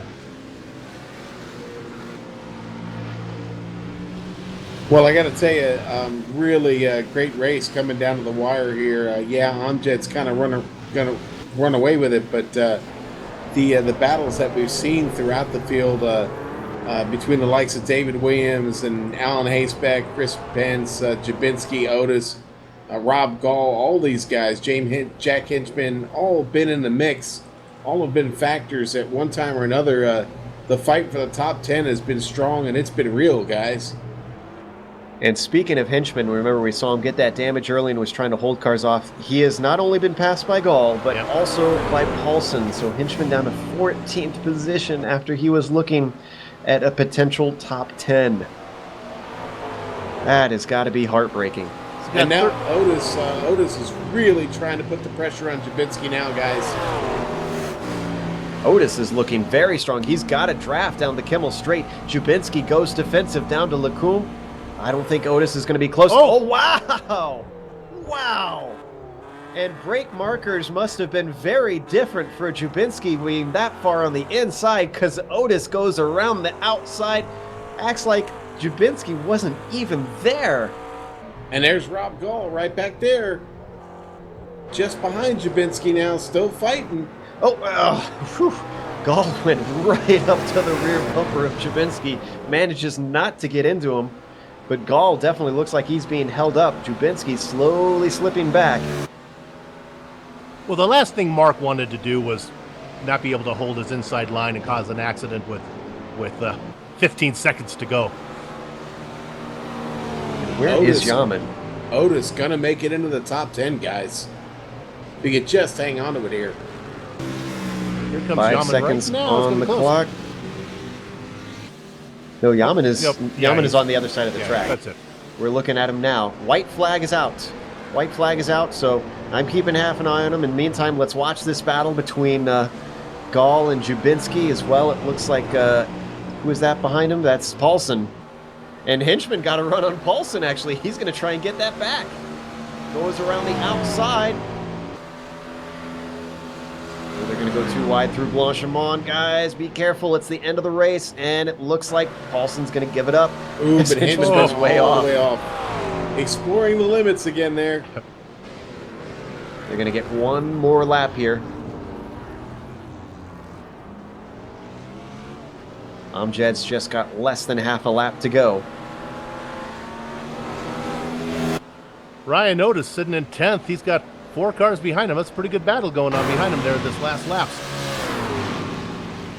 And here we see a battle between Ford and Lane. We watched these guys just a little bit earlier. In fact, just ahead of them is our overall leader. So let's switch just a little bit up because it's one more corner to go. Or is that the finish line there? That's the finish line. Checkered flag goes to Amjed Yaman. Takes the win here at round 6 of the Pacific Majors with ease. It's kind of funny. Amjad a little bit loose there coming out of the chicane. I think he was show. Yeah, I think he was whacking the car back and forth. Meanwhile, we're looking at Hinchman, who's still in a battle. In fact, he completely botches going through Lacombe there, and that's going to lose him a bunch of time. Meanwhile, just a heads up, Tony Lamberti did manage to get second. Blake Reynolds came home in third. Huff didn't get on that podium, finished in 4th. Jabinski still fighting with Gall. Here we see Jabinski, Gall right behind him. As he's heading down into Pouan. Gall looking very aggressive here, looking right on top of him. See if he can make anything happen in this final lap.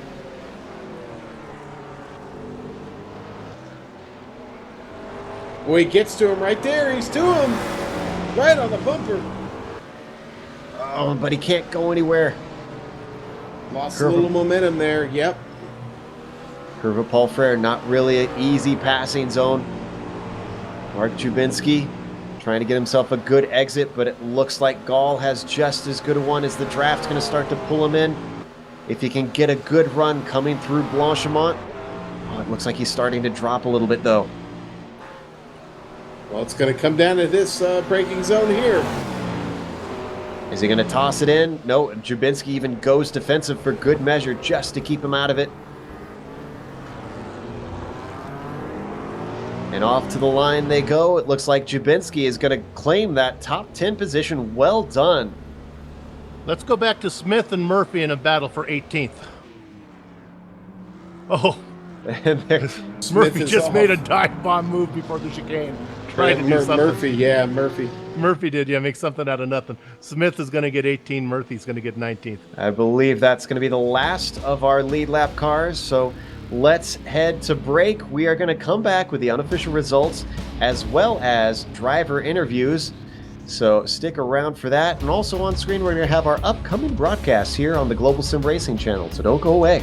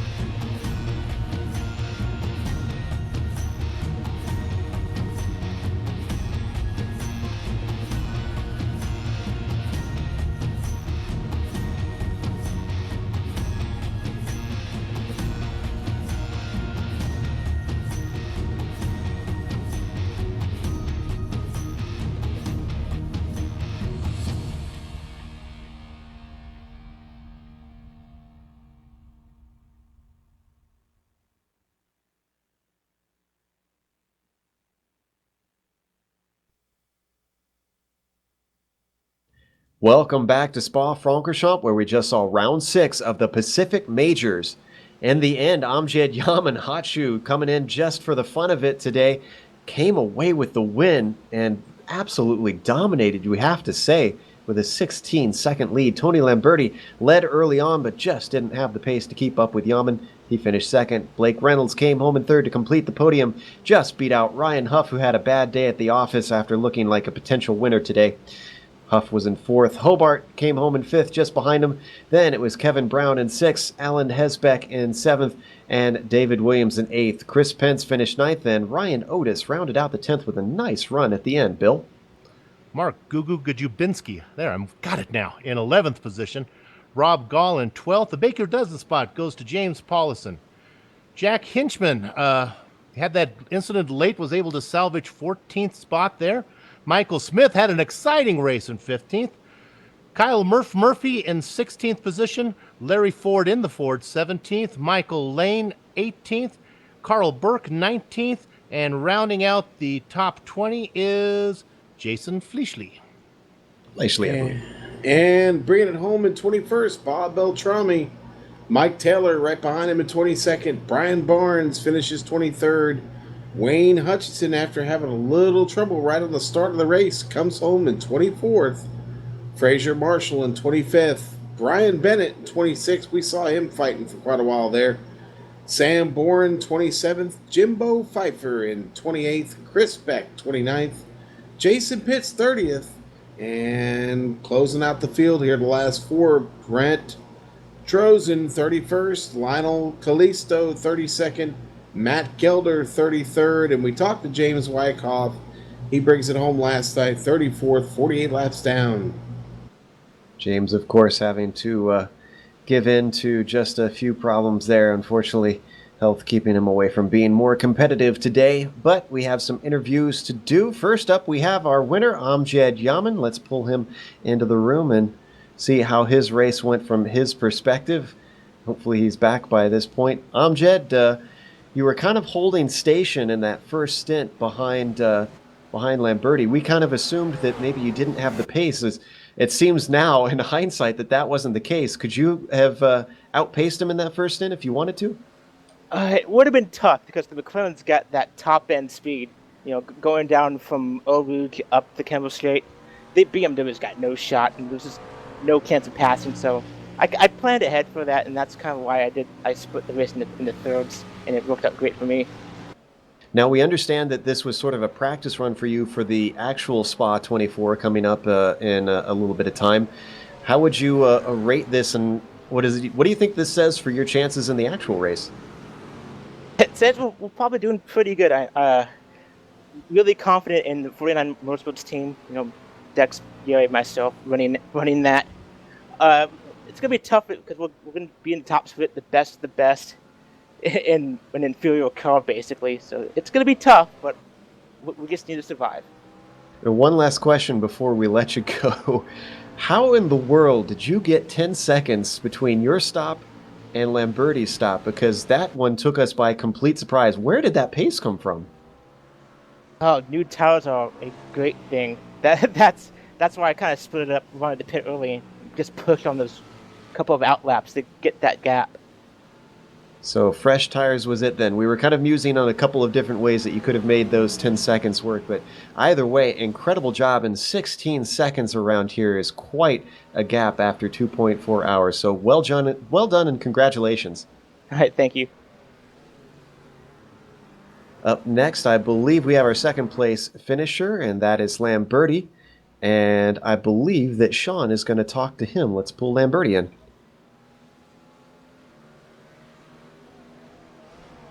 Nope, and I'm having some troubles pulling Lamberti into the booth here. There we go. There he is. Yep, Tony's joining us up here in the booth. Tony, we bring in here, had that McLaren, the Samsung first rate Mobile 1 McLaren running really good tonight. You led that whole first stint, had a little bit of trouble there, and you bring it home in second, but what a great race. Oh, absolutely. A lot of fun. Had a lot of pressure from Amjad in that first stint. Tires gave up awfully early. But from there, just kept pushing. A lot of fun. How much preparation did you put into today's race? Oh, quite a bit. I think I turned over 200 laps practice, and I did mostly race fuel, but it felt different in the race. Of course, it's going to do that when you get pressure. Yeah, and like you said, the tires, you said there in the first part that the tires went away pretty quick. How big a factor was that? I know that trip through Eau Rouge is pretty tricky, especially when your tires aren't favorable. Ah, you're correct. Even worse than the McLaren is Blanchimont. That is absolutely disaster in the McLaren, and we were able to dial it in a little bit and make it through the race. It was good stuff. Any plans of running next weekend in the 24, sir? I think we're going to try to put something together with some of the guys here in the Texas Club. Hopefully we can. Well, it'd be great to see you out there representing the great state of Texas, sir. Who would you like to thank for today's effort? Oh, I'd just like to thank all the administration here at the Pac-4. It's a lot of fun. I appreciate everything they did, and you guys for broadcasting. Thanks a lot. Well, thanks for making it up into the booth. We wish you luck at the 24 next weekend, and we'll see you soon. Travel safe, my friend. You as well. Thank you. All right, so I believe we are about to catch up with someone else here and bring them into the booth. Do we have our third place finisher, guys? Unfortunately, I don't believe. Oh, actually, yeah, we do. But up next, we said we would talk to David Williams, so we'll switch to Blake Reynolds after Williams. And I believe that Bill has got a bone to pick with David here. Well, let's take it a step at a time. I don't like to get in too many arguments with ex-Marines. Dave, is that how they teach you to do to the Marines? Run it as long as you can? Yeah, run till the wheels fall off, man. That's what you got to do. Oh, my goodness. You were driving me crazy on timing and scoring. I couldn't, it's like not being able to balance the checkbook until I got that David Williams off the top of the charts. Ran second for a long time. Hey, tell us about the battle with Hasebeck afterwards. Which time? I think we battled probably 4 different times on the track. We seemed to just be around each other the whole day. Go ahead. Well, what I was curious about, since you ran so long, did you give the McLarens fresh tires for that final stint, or did you do it on old tires? I did it on fresh tires. I was thinking about going no tires, but I just thought that I don't know this car that well, and I don't know how these tires are going to hold up. I didn't have any practice throughout the entire race, or the week pretty much. I did, I think, 40 laps all week, and I don't even drive this car, so I know zero about it. And I was like, man, I'm not going to risk it, because next thing I know, I'm going to come out on loose tires, and it's not going to do anything. Yeah, one of the things we were talking about this series that we kind of like at GSRC is that it's because of the different types of tracks with ovals and road courses and even like the Predator thing. The standings are often mixed up. Do you consider yourself more of an oval driver? You feel more comfortable on the ovals? Oh, not at all, man. I'm a road course guy. I don't race ovals at all.